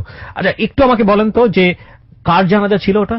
আমার শ্বশুরের। আপনার শ্বশুরের জানাজা জি। ছিল, এবং সেই সময়ে আপনার মা গিয়েছেন ওখানে? এর হ্যাঁ। আগে কখনো যান নাই? এই না, প্রথম গিয়েছে? হ্যাঁ, প্রথম গেছে। তো যাওয়ার পরে আপনার মাকে দেখে বাচ্চু রাজাকার মানে হ্যাঁ। উনি এই মন্তব্য করতেছে যে ওনার সবকিছু উনি চেনেন এবং উনি থাকলে আলটিমেটলি উনি জানাজায় না, পড়াবেন না, উনি না, নামাজ না। পড়াবেন না। আচ্ছা, এরকম হইলো। আপনার সামনে ঘটেছে ঘটনা? হ্যাঁ, আমার সামনেই। কি ঘটেছে আমি ডিটেল জানতে চাই, বলেন। তখন বলল যে আমার স্বামী যে হুম। সে আইসা বলল যে মানে ওর মার দোষে ও অপরাধী হবে কেন? আপনার জামাই কি জানতো আপনার মায়ের ব্যাপারটা, শাশুড়ির ব্যাপারটা বিস্তারিত জানতো? যে উনি না, 71 জানতো সালে না। বীরাঙ্গনা না, ছিলেন, জানতো না। এগুলো কিছু জানতো না, না? উনি জানতো তখন না। আপনার বাচ্চা কাচ্চা কয়টা? তখন আমার মেয়েটা আর ছেলেটা আর ছোট বাচ্চাটা আমার পেটে। তখন ছোট বাচ্চাটা পেটে। জি। এগুলো একটু নোটিশ করতে হবে, এই জন্য আমি বারবার ইন্টারাপ্ট করছি, বিকজ সিচুয়েশনটা কতটা জটিল হতে পারে আমরা একটু সামনের দিকে আগালেই বুঝতে পারবো। আচ্ছা, তো বাচ্চুরা জায়গার জানাজা পড়ালো না আপনার শ্বশুরের? মানে পড়াতে রাজি হলো না? না, পড়াতে রাজি হবে না। উনি বলল যে তোমরা হাদিস সম্বন্ধে কি জানো? ওরে হইলো রাজাকাররা ধরে নিয়ে গেছিল, ওরে পাকিস্তানিরা ধরে নিয়ে গেছিল, ওরে মানে অনেক। আপনার মার কথা হ্যাঁ, বলছে? মার কথা বলতেছে। ওই আমি তো আগে জানতাম না, আমি জানলে তো আগে বিয়ে দিতামই না, আর ওদেরকে আমি আমার অফিস থেকে বের করে দিতাম।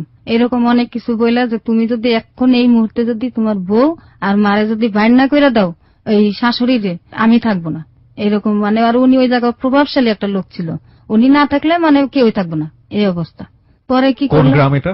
এটা হলো সালতা থানা খাটদিয়া গ্রাম। এটা কোন জেলায়? এটা হলো ফরিদপুর জেলায়। এখানে কি ওনার বাড়ি ছিল? হ্যাঁ, ওনার বাড়ি সালতা থানা খাটদিয়া গ্রাম, 18 খাটদিয়া। জি। 18 খাটদিয়া গ্রাম। তো এখানে জানি না আজকে আমার হয়তো অসুবিধা হইতে পারে কোনো কিছু। আপনার কোনো অসুবিধাই হবে না, আপনি তো বলেন। হ্যাঁ, উনি ওই রকম বললো, বলার পরে কি করলো, ওই এখন এই মুহূর্তে ওদেরকে বের করে দিবা। আপনাকে এবং আপনার মাকে? হ্যাঁ, বের করে দিবা। তো ওই আমার ছেলে মেয়ে রাখবে। তো আমি আমারে কোনোভাবে সংসার রাখবে করার না। কত বছর পরের ঘটনা এটা? সংসার করার প্রায় 7-8 বছর পরের ঘটনা। 7-8 বছর পরের ঘটনা। ওকে, বলেন তারপর। পরে তো আমাদেরকে ঠিকই বাইর করে দিল। বাইর করে দেওয়ার পরে বার করে দিল মানে কিভাবে বাইর করে দিল মানে কি, তখন ডাইরেক্টলি হইলো কি, আপনার জামাই কি বললো?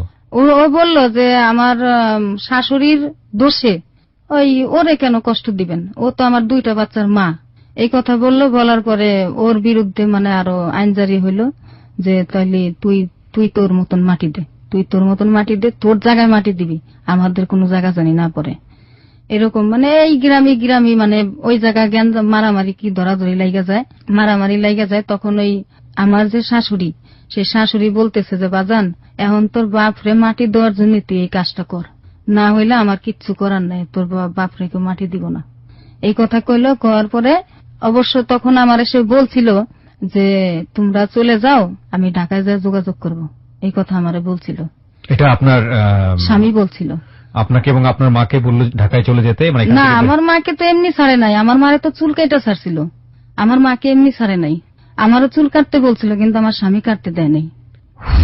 কি শুনছি, মানে টোটালি স্পিচলেস। মানে এই দেশে জন্মগ্রহণ করে সত্যি লজ্জিত।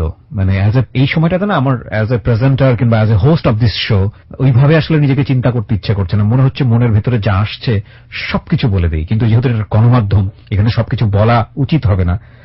শুনি, পুরো ঘটনাটা শুনি। আমার পরে বললো যে মাই জিয়ে 2জনের চুল টুল কাইটা তারপরে বাইর করে দিতে হবে। তো আমার স্বামী যে ও আমারে করলো কি, সাইরে ফেলাইলো এক জায়গা, ওই আমাদের বাজারের ওইদিকে নিয়ে। বড় মেয়ের বয়স কত তখন আপনার? আমার বড় মেয়ের বয়স তখন 6 বছর। পরে আমার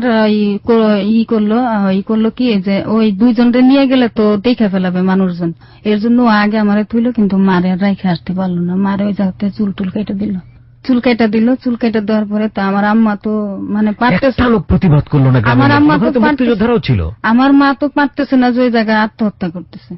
আমরা এই পর্যায়ে আমাদের যাকে নিয়ে কথা হচ্ছে সে 71-এর বীরাঙ্গনা, আমরা তার সঙ্গে ফোনে কথা বলবো। প্রিয় শ্রোতা, তিনি অসুস্থতাজনিত কারণে আজকে আমার সঙ্গে স্টুডিওতে উপস্থিত হতে পারেননি। তিনি বর্তমানে কোথায় চিকিৎসাধীন আছেন? আমার মা এখন জাতীয় হৃদরোগ হাসপাতালে আছে, ন্যাশনাল হার্ট ফাউন্ডেশন বা যেটাকে বলে। ওকে, আমরা প্রিয় শ্রোতা ওনার সঙ্গে সরাসরি কথা বলছি ফোনে। আমরা বিশেষ করে এই ঘটনাটা নিয়ে কথা বলতে চাই, আসলে সেদিন কি হয়েছিল। হ্যালো, আসসালামু আলাইকুম। জি ওয়ালাইকুম আসসালাম। আপনার নামটা একটু বলবেন? আমার নাম বীরাঙ্গনা শেখ ফাতেমা আলী। জি, আপনি তো শিউলির মা। জি জি। শিউলি এখানে নিজের জীবনের গল্প বলছে। আমি একটু আপনার কাছ থেকে এই বিষয়টা নিয়েই কথা বলবো, একটু জানতে চাচ্ছিলাম। উনি যেই সালিশের কথা বললেন আপনাদের গ্রামে হয়েছিল, ওনার ভাষ্য অনুযায়ী বাচ্চু রাজাকার ওই সময় জানাজা পড়তে অস্বীকৃতি জানিয়েছিল, পরবর্তীতে আপনাকে মাথা ন্যাড়া করে ওই গ্রাম থেকে বের করে দেওয়া হয়। ঘটনাটা আসলে কি ছিল আমাকে একটু বলবেন? ঘটনাটা বাবা, আমি তো বিয়ের বাড়ি গেলাম, বাচ্চু রাজাকার আসছিল, কিন্তু উনি তো আমাদেরকে এবং আরো মেয়েদেরকে ধরাই দিয়েছিল আর কি, রাজাকার হাত তুলে দিয়েছিল ওই পাকিস্তানি আর্মিদের হাতে। আচ্ছা। তখন যাই হোক, উনি আমাকে ওইখানে দেখেছিলেন, বললো যে এরম এরম একজন 1971-এর ডাইরেক্ট বাসা দিয়ে বললো ব্যবসা। আচ্ছা। ওরে মেয়েকে নিয়ে যদি সংসার করে তাহলে এদেরকে এক জোরে করে দেওয়া হবে। আচ্ছা। এই কথা বলার পরে মনে করেন আমি তারপর অনেক কাহতি মিনতি অনেক হাতে পায়ে ধরছিলাম, কিন্তু তারপরেও কোনো কাজ হয় নাই। তারপর আজকে যে অপমানে বেইজ্জতি লাঞ্ছনা করছে, এটা তোমার মেয়ের মুখেই শুনছেন। সরি, আপনাকে নিজের মুখে একটু শুনতে চাচ্ছিলাম। মাথার চুল কেটে ওইখান থেকে মনে করেন চুনকালে মেয়েকে তুমি ঢেলে দিছিল, মানে চুনকালে দিয়ে বাড়ির থেকে বের করে দিছিল। চুনকালি দিয়েছিল মুখে? জি। তো আরো অনেক অত্যাচার করছে, মানে জুতার মালা গলায় দিয়ে ওই বাড়ির থেকে বের করছে। জুতার মালা গলায় দিয়ে বের করেছে? এই ঘটনা ঘটার পরে কোনো পত্রপত্রিকা, মিডিয়া বা থানা পুলিশ করা, পুলিশের কাছে যাওয়া, এটা কি হয়েছিল ওই সময়টাতে? গেছিলাম, থানায় গেছিলাম, কিন্তু থানায় আমার ডায়েরি নিয়ে নেই, আমি টাকা দিতে পারিনি, তাই ডায়েরি নিয়ে নেই। থানায় ডায়েরি নেয়নি? তো এরপরে তো মেয়ের ডিভোর্স হয়ে গেল, কি করলেন আপনি? এটা তো একদম অকুল পাথারে পড়ে যাওয়া। লাস্ট পর্যায়ে মনে করেন মেয়ে যখন নিল না, তখন আমি অনেক চেষ্টা করলাম মা হয়ে মেয়ের সংসারটারে টিকে রাখার জন্য, কিন্তু কোন রকমই পারলাম না। আরো বাচ্চারা দেখার গেছে, আবারও হাতে পায়ে ধরে গেলাম যে কোন রকম আমার মেয়ের সংসার, মানে উনি উত্তরায় থাকতেন বাড়িতে, ওই বাড়িতে খবর পেয়ে গেলাম, হাতে ধরলাম, পায়ে ধরলাম, মিনতি করলাম। আমার মেয়েটাকে তো রাখলোই না, আমার মেয়েটাকে দিলে এক বেড়ি কুকুর দিক কুকুর আনছে, মানে অন্য মানে অসামাজিক কাজের জন্য প্রস্তাব দিয়েছিল। হ্যাঁ, আমি যখন গেলাম তখন আমাকেও সেই একই প্রস্তাব। আপনাকেও একই প্রস্তাব দিয়েছে? জি, আমাকে ওই একই প্রস্তাব দিচ্ছে, আমি প্রস্তাবে মেনে নেই। তারপরে কি আর করবো, আমার তার কিছু করার নাই। লাস্ট পৌঁছা দেয়া ফরিদপুর জজ কোর্টে, ম্যাজিস্ট্রেট কোর্টে একটা মামলা করছিলাম। আচ্ছা, ওই মামলার কি অবস্থা দাঁড়িয়েছে? শেষ পর্যন্ত কোনো রেজাল্ট এসছে ওই মামলা থেকে? অবশেষে যে মনে করেন আমার মেয়েকে মেরে ফেলবে, আমাকে মেরে ফেলবে, এই ধরনের হুমকি ধুমকি দিয়ে জোরপূর্বক করে আমাদেরকে সই স্বাক্ষর করে নিয়ে নিচ্ছে। এইগুলি করে খেলা খেয়ে গেছে আর কি। মানে মামলাটা উইথড্র করে নিতে হয়েছে, তাই তো? জীবনের হুমকিতে মামলাটা উদ্যোগ করে নিতে হয়েছে।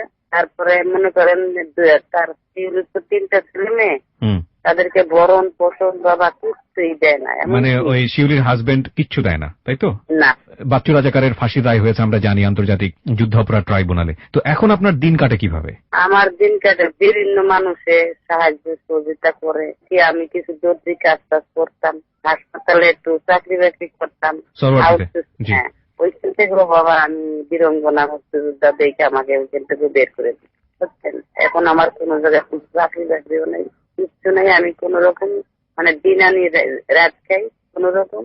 আমি কিছু টাকা পয়সা মুক্তিযোদ্ধার মাধ্যমে থেকে পাইছিলাম, মানুষের কাছে সাহায্য সহযোগিতা করে করে টাকা পয়সা আমি আমার মেয়েকে একটা ব্যবসা পেলে মেয়েকে বিয়ে করাইতাম। আমার সেইগুলি বলতে চাই দিতে বাবা। আমি তারপর থেকে আবার হার্টে স্ট্রোক করি, টাকা পয়সা ঋণ হয়ে গেছি মানুষের কাছে। আমি হার্টের রোগী, একটা কিডনির রোগী, দুঃখে দুঃখে মরতেছি, ওষুধ কিনে খাবো, সেই টাকা পয়সা পর্যন্ত আমার নাই, পরে চলতেছে বাবা।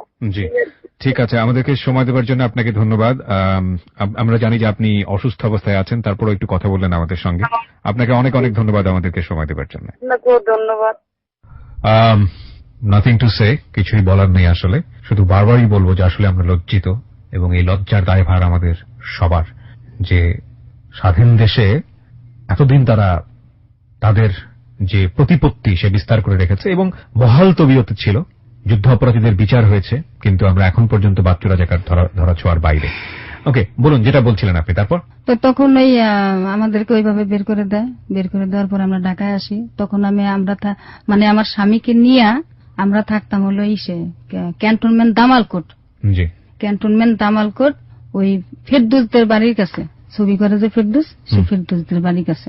তখন ওই আমরা আসলাম ঢাকায়। ঢাকায় আসার পর ওই যে আমার একটা আত্মবিশ্বাস আছে যে আমাকে বলছে যে আমরা তো ঢাকার থেকে এক বাসার থেকে গেছিলাম, তো নিশ্চয়ই ও ঢাকায় আসবে, আইসা আমার সাথে কালেক্ট করবে কিংবা যোগাযোগ করবে।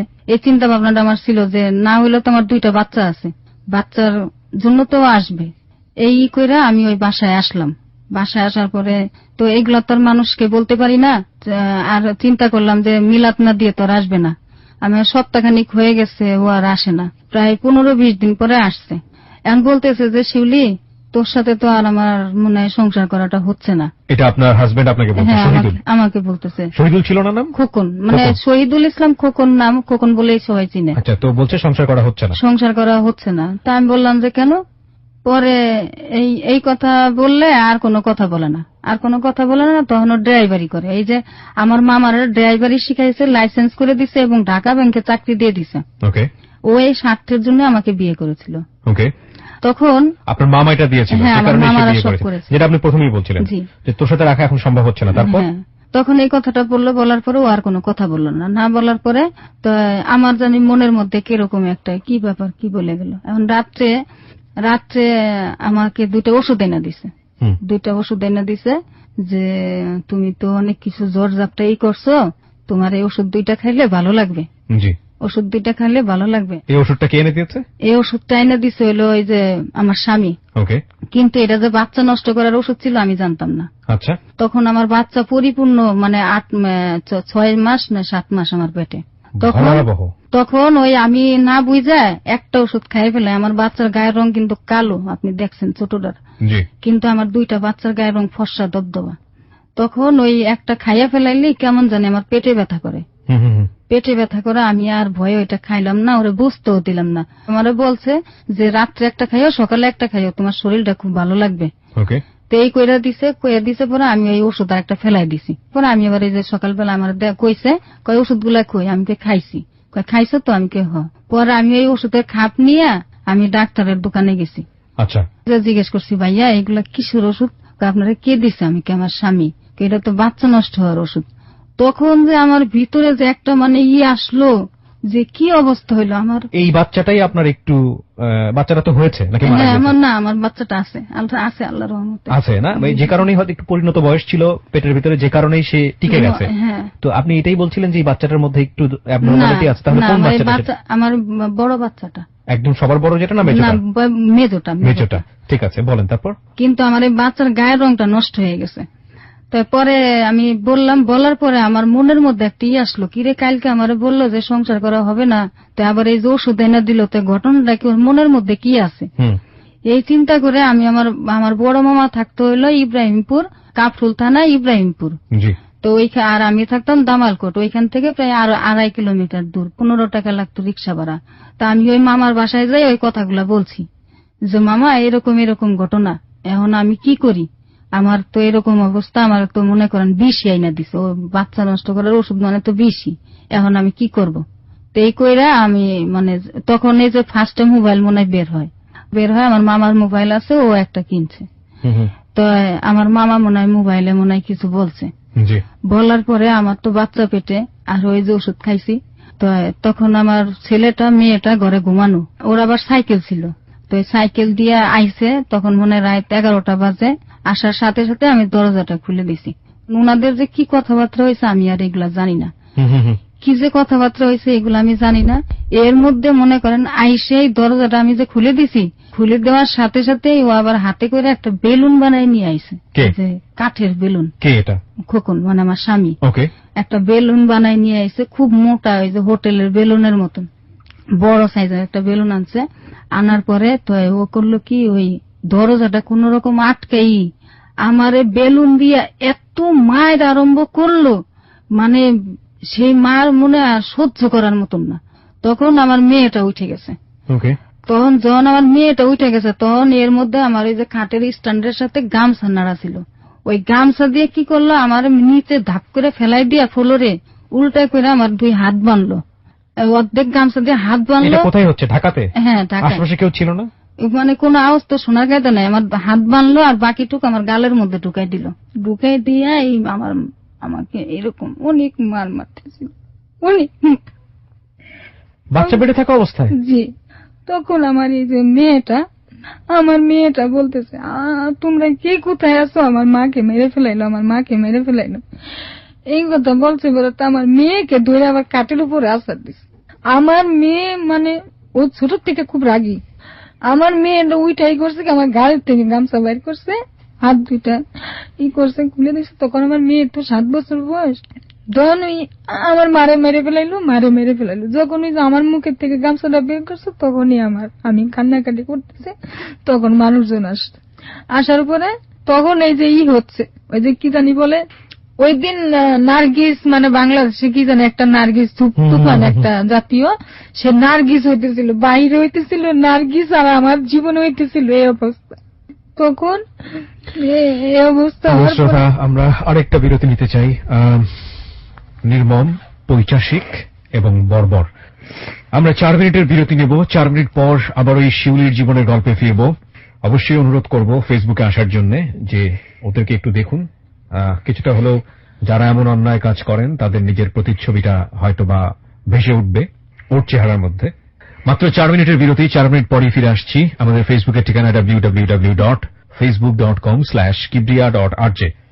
আমি আবারও বলছি www.facebook.com/kebria.rj। পেজটি আছে আরজে কিবরিয়া নামে। Please like this page. Like দেওয়ার সঙ্গে সঙ্গে আপনি আমার হ্যালো 8920 আরজে কিবরিয়া এবং অল অ্যাবাউট মি সবকিছুর সাথে কানেক্টেড হয়ে যাবেন আমার এই পেজটিতে আপনি যদি কানেক্টেড থাকেন। 13 লাখের উপরে এই মুহূর্তে মেম্বার রয়েছে, এবং এছাড়া যত পেজ আছে ফেক পেজ, সবকিছু ফেক পেজ। ফিরে আসছি ঠিক 4 মিনিট পরে।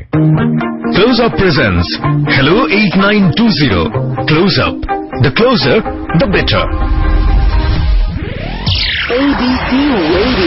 ক্লোজ আপ মনে করিয়ে দেয় জীবনের দুর্দান্ত কিছু মুহূর্ত। এসব মুহূর্তের দেখা পেতে পেরোতে হয় হাজারো বাধা বিপত্তি। বাধা অতিক্রম করতে গেলে অনেক সময় আসে ব্যর্থতা। চেষ্টা, সাহস, আত্মবিশ্বাস এবং ইচ্ছা শক্তির মাধ্যমে ঠেরে পলাইলো। আচ্ছা, মাইরা ঠেরে পলাইলো। তা আমি ওই যে উত্তর খান ছিল হলো বাচ্চুরা জাকারের বাড়ি। তখন আমি আমার ব্রেনটা একটা জিনিস আসলো যে হায়রে মন রে, আমার তো বাচ্চা কাচ্চা হয়ে গেছে, তো মারুক আর যাই করুক, আমি যদি সংসারটা টিকায় রাখতে পারি নানারে দিয়া, তা আমি নানার কাছে গেলাম আচ্ছা যে নানা, আপনি যদি আপনি আপনার নাতিরে একটু ডাক দিয়া আপনি আমাকে মিশাই দেন। আমার মা কবে কি হয়েছে, কবে কি করছে, এর লেগে আমার কপালে এরকম হইব কোন, আমার একটা বাচ্চা পেটে আর 2টা বাচ্চা আছে, নানা আপনি করে দেন। আচ্ছা এই আমি বললাম, তখন নানা আমারে কি করলো, আমাকে কিছু খারাপ প্রপোজাল দিল। এই নানা কোন নানা? আপন নানা? না, ওই যে বাচ্চুরা চাকার। ও, এই বাচ্চারা থেকে আপনার সম্পর্কে নানা বলতেন? হ্যাঁ, এমনি এবং নানা ওনাকে বলতো। গিয়ে আপনি এটা রিকোয়েস্ট করার পরে উনি আপনার নামে খারাপ অপবাদ দিল। কি খারাপ অপবাদ দিল? মানে খারাপ অপবাদ দিল কি, উনি মানে ডাইরেক্টলি ভাবে উনি আমার সাথে একটা কিছু, উনি আপনাকে এরকম অফার করলো? জি, ভোগ মানে করতে প্রস্তাব চাচ্ছে দিল? আমাকে, প্রস্তাব হ্যাঁ। দিল, কি বললো আপনাকে? আপনি এটা বলেন আমাকে। আমাকে ডাইরেক্টলি ভাবে বললো যে এটা তোর মা 71-এ যেরকম করছে, তুই যদি এরকম আমার মন জোগাইতে পারিস তাহলে তো আমি ই করতে পারি। তখন আমি একটা কথা বললাম যে নানা, সবাই বলতো আমাদের খাদ্য গ্রামে একটা দর্শন পাড়া আছে, এই দর্শন পাড়ার নেতা হইলেন আপনি। এই যে তখন আমি প্রতিবাদ করি, এই দর্শন পাড়ার নেতা হইলেন আপনি, আপনার নাম হলো বাচ্চু রাজাকার, কিন্তু আপনি এখন মুখোশধারী শয়তান হয়ে আছেন, এবং আপনার শয়তানি মুখোশ আমি যদি খুলে না দিতে পারি তাহলে আমার নাম শিউলি না। তখন আমি বললাম যে নানা, আমি যে খাদ্যা গ্রামে আপনার গ্রামে বসবাস করে আসছি, আপনার খাদ্যা গ্রামে যে ওই যে মহিলারা যে হাড়ি পাতিল বানায় কুমারপাড়া, সেই কুমারপাড়া বর্তমানে দর্শনপাড়া, আর এই দর্শনপাড়ার নেতা ছিলেন আপনি। রাজাকাররা কখন কি করছে, রাজাকারদের দোষ না, দোষ হইল আপনার। আপনি হলেন বাংলাদেশের স্বৈরাচার। আমি এতদিন কিছু বলি নাই, আজকে আমার মারে যখন আপনি উলঙ্গা করে ফেলাইলেন, তাহলে আজকে আমি বলে গেলাম আপনার মুখোশধারী শয়তান আমি খুলে দিব। এই কথা বইলা ভিতরে প্রচন্ড একটা জিদ আসলো, যাক আমার সংসার, কিন্তু আমার মার আর অপমানে আমি হইতে দিব না। এই চিন্তা ভাবনা কইরা আমি ওই ওনার গ্রামের একটা সার্টিফিকেট, তারপরে উনি কোন স্কুলে পড়াশোনা করছে, কোন ওনার দর্শন পাড়ার কিছু মানুষের স্বাক্ষর, যে এইগুলা নিয়ে ঠিয়া আমি অজ্ঞাত ব্যক্তি হিসেবে একটা খাম ফেলাই রেখে গেছিলাম। তখন রাজাকারদের জরিপ বের হচ্ছে, ওই সময়টাতে আপনি নিজের নাম প্রকাশ না করে এটা আপনি করলেন? ওই বক্সে ফেলাই রেখে গেছিলাম। প্রিয় শ্রোতা, আমরা এখানে যে শব্দটা মিউট করেছি সেটা একটা গণমাধ্যম, এবং খুবই পপুলার একটা গণমাধ্যম টেলিভিশন চ্যানেল, সেখানে তিনি এই খামটা ফেলে রেখে যান। ওকে, বলুন তারপর। ওই ওনাদের গ্রামের বাড়ি, ওনার ওই যে দর্শন পাড়া, ওইখানে আসলে যে ওনার খোঁজ খবর পাওয়া যাবে, এগুলো বলে যান আপনি, বিস্তারিত এই খামের মধ্যে থাকে। হ্যাঁ, তারপর? ওইগুলা আমি ফেলাই রেখে চলে গেছি। চলে যাওয়ার পরে তাই যাই হোক, এইগুলা নিয়ে ওনার তোরপার, ওনার যা খুশি তাই হোক। এখন আমার পরে আমি এটা নিয়ে অনেক কিছু করলাম, আমার স্বামীরা অনেক কিছু বুঝাইলাম, শ্বশুর বাড়ি গেলাম, কেউ আমাকে কোনো কিছু করলো না। না করার পরে আমার হাইকোর্টে গেছিলাম। হাইকোর্টে যাওয়ার পরে নয়া দিগন্তে একটা দাদাভাই, নাম দাদাভাই, এমনি দাদাভাই বলে ডাকে, সেই সাংবাদিকের সাথে আমার একটু পরিচয় হইল। পরিচয় হওয়ার পরে এই রিপোর্টটা করছিল উনি, আপনি তাই তো? এই নয়া দিগন্তের রিপোর্ট দেন দেখে আমার কাছে একটু। না, এই জায়গা আবার করছে, এই জায়গা আবার খোকন আবার টাকা খাওয়া একটু জালিয়াতি করছে, মানে একটু এদিক ওদিক করে দিয়েছে। এদিক ওদিক মানে ওর ভাবির নিয়ে সম্পর্ক উঠাইছে, আমার মার কোনো উল্লেখ উঠায় নাই। ওকে, যাই হোক, নয়া দিগন্তের রোববার 27 আশ্বিন 1915 বাংলা সালের কথা বলতে 12 অক্টোবর 2008 নয়া দিগন্তে একটা রিপোর্ট আছে, আপনারা চাইলে চেক করতে পারেন। 12 অক্টোবর 2008 3 সন্তান নিয়ে দাঁড়ে দাঁড়ে ঘুরছেন অসহায় শিউলি। এখানে একটা রিপোর্ট আপনাকে নিয়ে, প্রথম রিপোর্ট এটাই এই পত্রিকাতে বের হয়। এরপর আরো বেশ কয়েকটা পত্রিকাতে বের হয়েছে, আমরা জানি। হ্যাঁ, বলুন তারপরে। পরে এরকম হইলো, হওয়ার পরে তা আমি ওইখানে কেস করলাম। কেস করার পরে খোকন টাকা খাওয়াইয়া ওই ফরিদপুরে নিয়ে গেল, যে দেই তোর তেল কদ্দুর আছে, ফরিদপুরে ভাড়া দিয়ে যাবি আর আবি, এই কইরা। তখন আমি তো মনে করলেন কার এগেইনস্টে? খোকনের বিরুদ্ধে, মানে সরি, আপনার হাজবেন্ডের এগেইনস্টে। আচ্ছা, তো উনি টাকা খাওয়ায় সেটা ফরিদপুর নিয়ে গেল, যাতে আপনাকে ফরিদপুরে গিয়ে হাজিরা দিতে হয়। ফরিদপুর দিয়ে হাজিরা দেওয়াইতে পারে, আর ছেলে মেয়ে রাখতে পারে, আর আমার জানি মারধর করতে পারে। আচ্ছা, ওইটা তো ওদের এলাকা। পরে এরকম হইলো, হওয়ার পরে তো আমি এখন জপটে পড়ে গেলাম। সংসার টংসার তো মনে করেন যায় ঝামেলা বুঝি না, স্বামী 3 কাম করে দিছে, খাইছি। পরে এখন কি করবো, আমি তো মনে করেন সীমাহী মানে অতুল সাগরে পড়ে গেছি, কোনো কিছু বুঝতেছি না। তখন আমার মেয়েটা স্কুলে ভর্তি করছি মাত্র, তখন ওই জায়গা থেকে আমি মাল সাবানা বিক্রি করে আমার বাবা মার কাছে চলে আসলাম। তখন আমার মা সাভার হেমায়তপুরে থাকে। সাভার হেমায়তপুরে থাকে, ওই জায়গা চলে আসলাম। আসার পরে তো ওই যে বলে না যেরকম একটু হালকা হইলে যেরকম সবার নজরে পড়ে ওইরকমই সবার নজর হয়ে গেলাম। মানে স্বামী যেহেতু নাই এই অর্থে ওইরকমই এখন সবাই নজর দেওয়া শুরু করলো। সবাই নজর দেওয়া আরম্ভ করলো। তখন আমি ওই কি করব, আমার তো কোনো কিছুই পড়তেছে না। তখন আমার মা বলতেছে কি যে বাবা ওই সরদি ছাড়া আমার ঘর ডাইল চাল কিছু হইব না, সরর দিতে আমারও ডাইল চাল চলতেছে, সরর দিতে তোমারও যাইতে হইব, না গেলে তুমি পোলাপান কেমনে মানুষ করবা। মানে সরদি হাসপাতাল? জি, ওই সরদি হাসপাতালে স্পেশাল ভাবে আমি গেলাম। স্পেশাল ভাবে আমার মা আমাকে ই করলো। তখন কোনো নিয়োগ টিয়োগ দেয় নাই, এমনি নিয়ে ওই যে আমার আম্মা ফার্স্ট যেভাবে করতো ওইভাবে আমাকে। কি কাজ পেলেন ওখানে? ওইখানে ওই যে রেডিওলজি এক্সরে ডিপার্টমেন্ট, ওই জায়গায় ঝাড়ু টাড়ু দিতাম আর এই যে রুগীদের একটু হেল্প করে দিতাম। 2-4 পয়সা যা আসতে দিয়ে সংসার চলতো। 20-30 টাকা দিনে হইতো। আচ্ছা, এরকম হইতো। আর ওই জায়গার স্যাররা আমার সততা দেখে, আমার কাজের পরিশ্রম দেখে তারা আমাকে মাসে 1500 টাকা দিত। আচ্ছা, 1500 টাকা দিত। এই দিয়ে আমি কোন রকম বাইরে ধরে চলতাম। আচ্ছা, চলার পরে তো দেখি যে এইগুলো আমার হয় না। এর মধ্যে আমার একটা মামাতো ভাই আছে, ওই যে কিছুদিন আগে ওই যে হুজুরের একটা মিছিল গেছিল, যে 1 মাস গাড়ি ঘোড়া বন্ধ ছিল না কি জানি এরকম। ওই সময় ওই যে খোকনের মতন টাউট বাজছিল, ওর অনেক আগের থেকে একটা মনের মধ্যে শত্রুতাই ছিল। ও আমারে বিপদে ফেলানোর জন্য ও ওইখানে আসে, আমার বাসায় আসে, মানে মার বাসায় আসে, ওর ফুপুর বাসায় আসে। আসার পরে ওই দিন আমার মার ঘরে আমি ঘুমাই আর ওই আমার ঘরে ও ঘুমায়। কিন্তু আশেপাশের লোকজনরা একটা আজে বাজে কথা উঠাই ফেলাইছে। আজে বাজে কথা উঠানোর পরে তখন ওই আমার মা বলতেছে যে মরলে শহীদ বাঁচলে গাজী, আমি এত নরম মহিলা না যে তোমরা আমারে ফেলাই দিবা, তোমরা আমার মেয়ের ধরে বিয়া দিবা কেন, যদি বিয়ে দেওয়ারই হয় আমি নিজে বিয়ে দিব। এই কথাবার্তা বইলা ওর ছোট ভাইরা ডাইকে আইনা যে তোর ভাই কেন আসলো আর কেন এই ভেজা লইলো, আগে 2বার আইসে আমি মানা করছি, এইবার আসার পরে তো আর কোনো রেহাই নাই, এইবার কি করবি কর। পরে ওর ভাই সাথে থাইকা, তো আমার কোনো ছিল না, কিন্তু আমার মান সম্মানের ব্যাপার, আমি এই কারণে ওর সাথে বিয়েটা করতে রাজি হয়েছিলাম। বিয়েটা হওয়ার পরে তো বিয়েটা হওয়ার সাথে সাথে আমি ওরে ঘরের থেকে বাইর করে দিছি। আমার নাম গোছানোর দরকার, ওইটুকু আমার মানে ঘুরছে, আমি ওরে ঘরের থেকে বাইর করে দিছি। সরর দিতে আসি, তো সরর দিতে থাকার পরে তো ওই যে বিলিসিং একটা মেডিসিন আছে, ব্লিচিং পাউডার। হ্যাঁ, ব্লিচিং পাউডার। তা আমি অবশ্য জানি না যে ওই ব্লিচিং এর যে কি সমস্যা হয়। আমি নতুন বস্তা খুলে ব্লিচিং উঠাইতেছি, কিন্তু ওইটা আমার ভিতরে যাই আমার লাংস ইনফেকশন করে ফেলাইছে। হুট করে মনে করেন আমারে ফেলাই দিয়ে আমার গুল্লি দিয়ে ফেলাই দিয়ে আমার শ্বাসকষ্ট অনেক বাড়ছে। বাড়ার পরে স্যাররা পরীক্ষা নিরীক্ষা করে দেখে যে আমার স্টোমারে খালি ব্লিচিং, মানে ওই যে শ্বাস প্রশ্বাসের সাথে। তখন এই স্যাররা কি করলো, ওই যে বিষ যেভাবে বের করে ওইভাবে আমার ওই ব্লিচিং গুলা বের করলো। ব্লিচিং গুলা বের করে তখন দেখে যে আমার লাংসে একদম ইনফেকশনে, আমার লাংস ইনফেকশন হয়েছে। ইনফেকশনে তখন আমি প্রায় 3 মাস চিকিৎসাধীন ছিলাম। চিকিৎসাধীন রইলাম, থাকার পরে স্যারদের কাছে আসলাম। আসার পরে ওই আগের মতোই কাজ টাজ করি, স্যাররা বেতন টেতন দেয়, কিন্তু আগের মতন ওই পরিশ্রমটা আর করতে পারি না। এখন স্যাররা বলে যে তো শিউলি কি ব্যাপার, তুমি তো আগের মতোই করতে পারো না। আমি কই স্যার আমার ওই যে ওই সমস্যা হওয়ার পরে আমি জানি মনে হয় পারি না। তো স্যাররা করে ঠিক আছে, তাই তো তুমি আমাদের রেডিওলজিতে কাজ করো, তাহলে একটা এক্সরে করে দেখি। এখন স্যাররা এক্সরে করে দেখে যে আমার লাংসের যে সমস্যা, তাতে এই যে ধুলাবালির যে কাজটা, যে ঝাড়ু টাড়ু যে দেই, এই ঝাড়ু টাড়ু আমার পক্ষে সম্ভব না। এটা করলে আমার মানে আমি আরো অসুস্থ বেশি হব। এখন স্যার আমার বলতেছে যে ওই জায়গার head of the department Shibendra Majumdar, say sir আমাকে বলতেছে যে শিউলি, আমরা তো আসলে মানুষ বাঁচাই, মানুষ মারি না।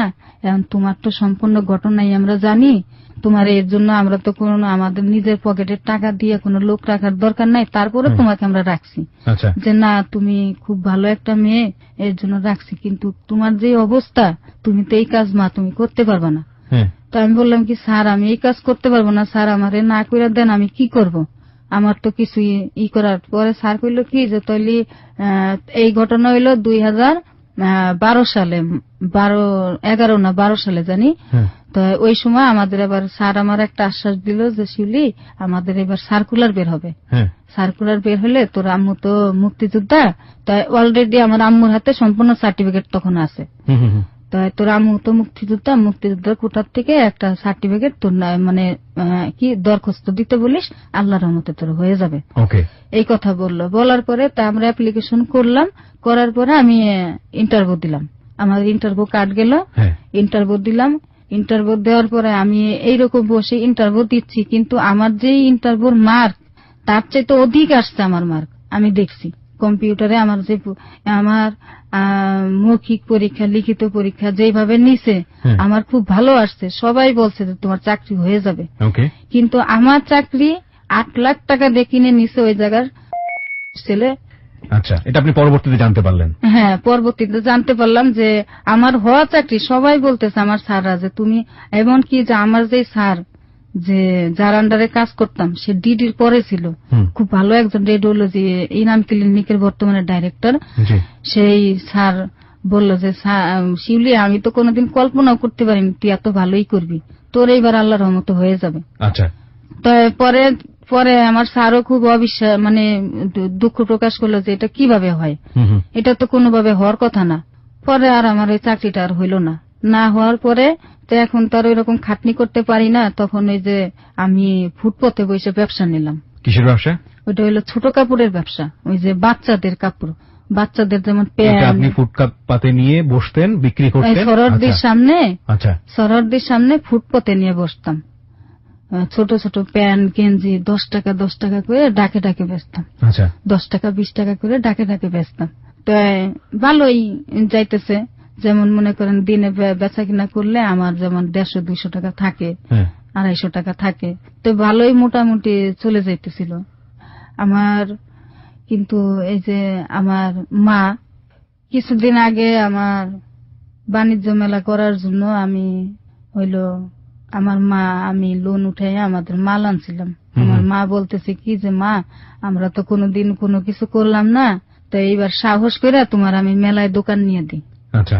মেলায় কি মানে মেলার গেটে মেলায় দোকান নেওয়ার তো ক্ষমতার আমাদের নাই। আপনাকে বলতেছে? হ্যাঁ, আমারে বলতেছে। এই যে এইবার বলতেছে যে মা তুমি মেলার দোকান তোমার এই গেটের সামনে একটা দোকান ব্যবস্থা করে দিই।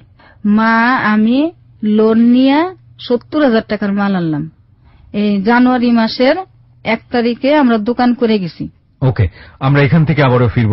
প্রিয় শ্রোতা, দুজন নারীর জীবন যুদ্ধের গল্প, সমাজ সেখানে প্রতিকূল, মানবিকতা সেখানে প্রতিকূল, অর্থনৈতিক অবস্থা সেখানে প্রতিকূল, রাষ্ট্র সেখানে প্রতিকূল কখনো কখনো অফকোর্স। এবং এখানে কি অর্থে প্রতিকূল আপনারা জানেন যে ওর মা যখন ওই গ্রাম থেকে বিতাড়িত হয়েছে সেই সময় বাচ্চু রাজাকারদের ক্ষমতাটা কি ছিল বাংলাদেশে। যাই হোক, আমরা ছোট্ট একটা বিরতি নেব, মাত্র 5 মিনিটের বিরতি। 5 মিনিট পরে এই গল্পের শেষাংশে ফিরব। আর তাকে দেখার জন্য আপনারা আসতে পারেন আমাদের ফেসবুক পেজে। ফেসবুকের ঠিকানা www.facebook.com/kibriya.rj। আমি আবারও বলছি www.facebook.com/KEBRIA.RJ। পেজটি আছে RJ Kibriya নামে। And please like this page. ফিরে আসছি ঠিক 5 মিনিট পর।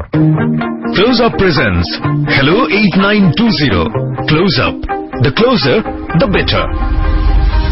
ক্লোজ আপ মনে করিয়ে দেয় জীবনের দুর্দান্ত কিছু মুহূর্ত। এসব মুহূর্তের দেখা পেতে পেরোতে হয় বড় কিছু করতে পারবো না, তো তোমার মেলার গেটে একটা দোকান নিয়ে দিই। ওই মেলার 70,000 টাকা ইনভেস্ট করলেন? 70,000 টাকা দিয়ে ওই মা 50,000 টাকা কোন থেকে লোন টোন উঠাইলো। আর আমার মানে এদিক থেকে ওদিক থেকে টাইনা টুইনা আমি 30,000 টাকা গুছাইলাম। গুছাই আমার একটা আংটি ছিল, চেন ছিল, এগুলা করে যে যাক এগুলা তো করতে পারবোই, এগুলা করে ঠেরা 70,000 টাকার মাল আনলাম। তো জানুয়ারির 1 তারিখে দোকান করে গেলাম। তো 2 তারিখে ছিল মঙ্গলবার, 1 তারিখে ছিল সোমবার। তো সোমবারের দিন আমাদের কিছু বলে নাই। মঙ্গলবারের দিন আমরা 2 তারিখ এই জানুয়ারির 2017 সালের, তো জানুয়ারির 2 তারিখে আমরা সবাই অনেক মানুষ আমরা ওই 8টার দিকে ওই মালটাল রাখি, রাইখা থেকে নাস্তা টাস্তা খাই, অনেক জায়গা যায়। 10টার সময় দোকান মিলি, কারণ ওই যে ডাইরেক্টর ভিতরে ঢুকে তারপরে। তো তো আমরা নাস্তা টাস্তা খাইতে গেছি, এর মধ্যে মানে শুনি যে খুব চিল্লি আর হাউকাও কান্দাকাটি। আমরা দৌড়াই গেছি, যা দেখি যে আমাদের সব বস্তা টস্তা আগুন ধরাই দিছে। কার আগুন ধরিয়ে দিয়েছে? আগুন ধরাই দিল কর্তৃপক্ষরা। পেপারে লেখা ছিল যে আমাদের 2 তারিখে চিঠি দেওয়া হবে, কিন্তু আমাদের কোনো চিঠি দেয়নি। আমাদের সব মালগুলো পুরাই দিচ্ছে। কারণ এটা তার দরকার হলে পুলিশ নিয়ে যাবে। মানুষের এই যে ব্যানওয়ালাদের খালি বলছে যে এই সর, এই কথা বলে এই যে ব্যানের মধ্যে নাস্তার দোকানে আগুন ধরাই দিছে। পুরা মনে করেন ফুটের মধ্যে আগুন ধরাইয়ে পুরো এটা কারবালা করে ফেলাইছে। আমার 70,000 টাকার মাল, আমার মাল ঠেকাইতে যায় যে আমার হাতে মুখেও আমার অনেক হয়েছে। কিন্তু এটা তো পুরানোর অধিকার কারোরই নাই। দরকার হলে পুলিশ এটা জব্দ করবে, পুলিশের কাছে মামলা হবে, কিন্তু কোন কর্তৃপক্ষ তো এটা করাতে পারবে না। পরে আমাদের স্যাররা বলতেছে কি যে তোমার কেন আমরা পেপারেই করছি না।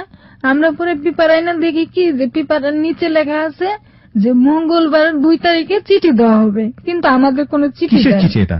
মানে আপনারা বাইরে দোকান করতে পারবেন না? আমরা পারবো না, এটা বলে দিলে তো আমরা আসতাম না। তারপর পরে আমার তো এই যে এমনিতেই লাঞ্চের সমস্যা, এখন আমারও অবস্থা, আমার মালের অবস্থা দেখে আর মাল ঠেকাইতে যাইয়া ওই জায়গায় মনে করেন দৌড়াদৌড়ি ঝাপাঝাপিতে আমি ওই জায়গা মানে যাই অবস্থা। তো সবাই নিয়ে আমার ইমার্জেন্সিতে ভর্তি করছে। পরে এখন দেখে যে প্রেশার এত হাই, খুব প্রেশার হাই। এদিক থেকে আমার মেয়ে ফোন দিছে যে মা বাবু যায় অবস্থা। আমার ছেলেটা, আমার ছোট ছেলেটা, তাই আমি আবার মারে ফোন দিছি যে মা আমার সব শেষ হয়ে গেছে, মা আমার সবকিছু আজকে শেষ হয়ে গেছে, এরকম। তো এই যে মা কান্দাকাটি করছে, আমার ছেলেও কান্নাকাটি করতে পারে না। তা আমার ছেলের আবার এই যে লাঞ্চে পানি আসছে। মা বলতেছে কি যে মা আমার এই যে ছোট বাচ্চাটার সাথে করে নিয়ে আসছি। মা আমার মেয়ে বলতেছে মা আমার বাবু দিয়ে যায় অবস্থা, মা বাবুরে নিয়ে কি করবো, বাবু না পিঠ ব্যথা করে আর কিরকম করে। তা আমি কই এখন আমি তো যাই অবস্থা, তা আমি কি আবু তুমি নিয়ে আসো বলছি। বলার পরে এখন দিই যে আমার স্যাররা পরীক্ষা নিরীক্ষা করে এক্সরে করে আল্ট্রাসোনোগ্রাম করে দেখে যে লাঞ্চের মধ্যে অধিক পরিমাণ পানি জমা হয়েছে। আমার বাচ্চাটার, এই মেয়েটার না আমার ছোট বাচ্চাটার, 8 বছর বয়স, ওর এই অবস্থা হওয়ার পর এখন আমি বলতেছি স্যার আমি কি করবো? কই তুমি আগে বাঁচো। আমি কই না স্যার আমার বাঁচা লাগবে না, আমার ছেলে মেয়ের জন্য আমার জীবনটা শেষ করে দিলাম, আমি আমার ছেলে মেয়ের আমি কোনো কিছুই করতে পারবো না। তখন এই মনে করেন আমার এই যে এমনিতে তো টাকা পয়সা সব শেষ হয়ে গেল। তারপরে আমার মেয়ের কানের জিনিস বিক্রি করে আমি এই যে পানিটা নিয়ে এখন বের করলাম। এখন এই আমার এই টাকা পয়সা শোকে আমার মাও অসুস্থ, আমিও অসুস্থ। আপনার মাও হাসপাতালে? আমার মা এই যে কারণেই, কারণ 50,000 টাকা আমার মা লোনে উঠাইছে, কই থেকে দিব আমি এগুলা কোন? আমার মা ওই অবস্থা, আমি ওই অবস্থা, আমার হিমোগ্লোবিন নাই, আবার এদিক দিয়ে প্রেশার বেশি, আমি যাই যে এখন আমার থেকে আমার ছেলের অবস্থা। আমার ছেলে আল্লাহর রহমতে এখন সুস্থ। আপনার মেয়েটা কি করে, পড়াশোনা করে? আমার মেয়েটা হোস্টেলে থাকে, আমি হোস্টেলে থেকে পড়াইতেছি। কোন হোস্টেলে থাকে? আমার মেয়েটা শিশু পরিবারে থাকে। শিশু পরিবার মানে? এটা হলো এই যে মিরপুর 2 নম্বর আলনাহিয়ান, ওখানে পড়াশোনা। কোন ক্লাসে পড়াশোনা করে? ও এইবার আল্লাহর রহমতে পরীক্ষা দিছে, আমার মেয়ের পা ভেঙে গেছিল। এসএসসি পরীক্ষা না, এই যে 6 পরীক্ষা, ক্লাস 6 পরীক্ষা দিয়েছে। তো আপনার মেয়ের, এই বড় মেয়ের এই অবস্থা, মাঝখানের একটা ছেলে আছে যে একটু বুদ্ধি প্রতিবন্ধী টাইপের, আপনি যেটা বলছিলেন, এবং আর ছোট ছেলেটা তো একদমই ছোট, এবং আপনার জামাইয়ের সাথে ডিভোর্স হয়ে গেছে আপনার। আচ্ছা, পরবর্তীতে আপনি আর বিয়ে শাদীও করেননি? না, আমি ওই যে একটা বদনাম গোছানোর জন্য একটা করলাম, এরপর আমি ওরে বের করে দিছি সাথে সাথে। পরবর্তীতে বাচ্চুরা জায়গাকে নিয়ে এনকোয়ারি হয়েছে, বাচ্চুরা জায়গাকে নিয়ে মামলার রায় হয়েছে, বাচ্চুরা জায়গার পলাতক, এবং আপনার এই অবস্থা। আপনি আমাকে যখন ফোন করেছিলেন, আমি যে ফোন রেকর্ডটা পেলাম, আপনি ওখানে বলেছেন যে আপনি আপনার এই গল্পটা এই জন্য বলতে আসতে চান যে আপনি হাল ছাড়েননি। এত কিছু হয়ে গেছে, মান সম্মান গেছে, সংসার গেছে, 3টা সন্তানের দায়ভার আপনার উপরে, আপনি ঘুরে দাঁড়ানোর জন্য সৎ পথে তাওয়াক্কাল তু আলাল্লাহ, আল্লাহর নাম নিয়ে রাস্তায় নেমেছেন, আপনার জিনিসপত্র পুড়িয়ে দেওয়া হয়েছে, এত কিছুর পরও আপনি হাল ছাড়েননি, এই গল্পটা বলতে এসেছেন। আপনি তো মানসিক শক্তিটা কোথা থেকে পান? আমি জানি না, আমার বাচ্চাদের মুখের দিকে যখন আমি তাকাই, আর যখন আমার মার মুখের দিকে তাকাই, তখন আমি চিন্তা করি আমার মা দিছে দেশ, আমার ছেলেরা দিছে আমার শান্তি। আমি এই চিন্তা ভাবনা করে আমার শক্তি ক্ষমতা আমি পাই। আমি কারো কাছে কোনো কিছু চাই না, আমি খালি সবার কাছে দোয়া চাই যে সবাই একটু দোয়া করেন জানি আমার ছেলে মেয়েদেরকে যেন আমি মানুষের মতন মানুষ করতে পারি। আর আমি যদি এরকম কোন একটা স্কুল পাইতাম, আমার ওই মেজো ছেলেটাকে নিয়ে আমাদের একটু না, আমার মেজো ছেলেটাকে নিয়ে আমি মানসিক ভাবে খুব একটা খারাপ টেনশনে মানে ওর আছি। ট্রিটমেন্টের জন্য, ওর কাউন্সিলিং এর জন্য আমার যদি এরকম একটা স্কুল পাইতাম যে আমার বাচ্চাটাকে আটকা রাখে ওই জায়গা থেকে একটা হাতের কাজ শিখে যদি আমার ছেলেটা যদি একটা মানুষের মতন মানুষ হয়ে বাইরে যেতে পারতো। আমি কোনো কামাই খাইতে চাই না, কোনো কামাই খাইতে চাই না। আমার ছেলেটা যদি উঁচা লম্বা আমার মেয়ের মতন উঁচা লম্বা, স্বাস্থ্য ভালো, যদি এরকম একটা স্কুল যদি আমি পাইতাম তাহলে আমার ছেলেটাকে দিতাম। দরকার আমি কোনোদিন না দেখতে যাইতাম, কিন্তু আমার ছেলেটা মানুষের মতন মানুষ হয়ে বাইরে। এখন খোলা জায়গায় থাকে, কোথায় আমার ছেলে রাত্রে আসে তো আসে না, এই অবস্থা। ও খুবই মানে একটা ইসের মধ্যে আছে, রাত্রে আসে তো আসে না, খায় তো খায় না, একদিন খাইলে 2 দিন খায় না, এই অবস্থা। কোথায় থাকে? কোথায় থাকে ও? কইলো যে আমি ট্রাকের উপরে ঘুমাইছিলাম। প্রিয় শ্রোতা, শেষ হলো আজকের close up presence hello 8920। Nothing to say, কিছুই বলবো না, বলার কিছু নাই।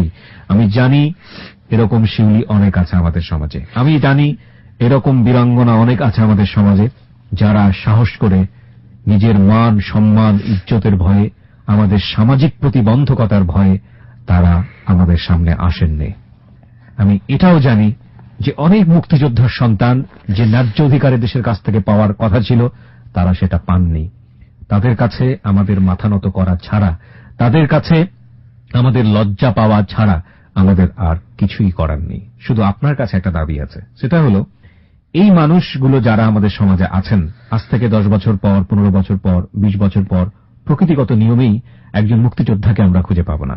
আমি বঙ্গবীর কাদের সিদ্দিকের একটা কথা আমি কোট করছি, ওনাকে কোন একটা টক শোতে আমি এই কথাটা বলতে শুনেছিলাম যে আজ থেকে কিছুদিন পরে তো মুক্তিযোদ্ধাদের ওষুধ করার জন্য পাওয়া যাবে না। উনি ওনার মতো স্বভাবসুলভ জায়গা থেকে কথাটা বলেছিলেন যে আসলেই তো বয়সের ভারে তারা নুজ্জ হচ্ছেন, তারা হারিয়ে যাচ্ছেন আমাদের কাছ থেকে। আমরা বিশেষ করে আমাদের জেনারেশন, উই আর প্রাউড যে হ্যাঁ, আমরা হয়তো মুক্তিযোদ্ধা ছিলাম না, কিন্তু মুক্তিযোদ্ধাদের সাথে আমরা কথা বলেছি, মুক্তিযোদ্ধাদের আমরা দেখেছি। বাংলাদেশের স্বাধীনতা, বাংলাদেশ এই শব্দটা যতবার উচ্চারিত হবে, ব্যক্তি পর্যায় থেকে হোক, রাষ্ট্রীয় পর্যায় থেকে হোক, এই মানুষগুলোর নাম, এই মানুষগুলোর কন্ট্রিবিউশন ততবার উচ্চারিত হবে। ওরা সেই রকম মানুষ যারা এদেশের জন্মের সাথে জড়িত। এই মানুষগুলোকে অপমান করা, এই মানুষগুলোর দুঃখ দুর্দশায় পাশে না দাঁড়ানো মানে হচ্ছে নিজের জন্ম পরিচয়কে অপমান করা। শুধু এতটুকু বলেই আজকের এই অনুষ্ঠানটা শেষ করতে চাই। মুখে ভরা, যেমন তুই লিখেছিস, না আমি এখানেই থাকবো, কোনোদিন এদেশ ছেড়ে যাব না।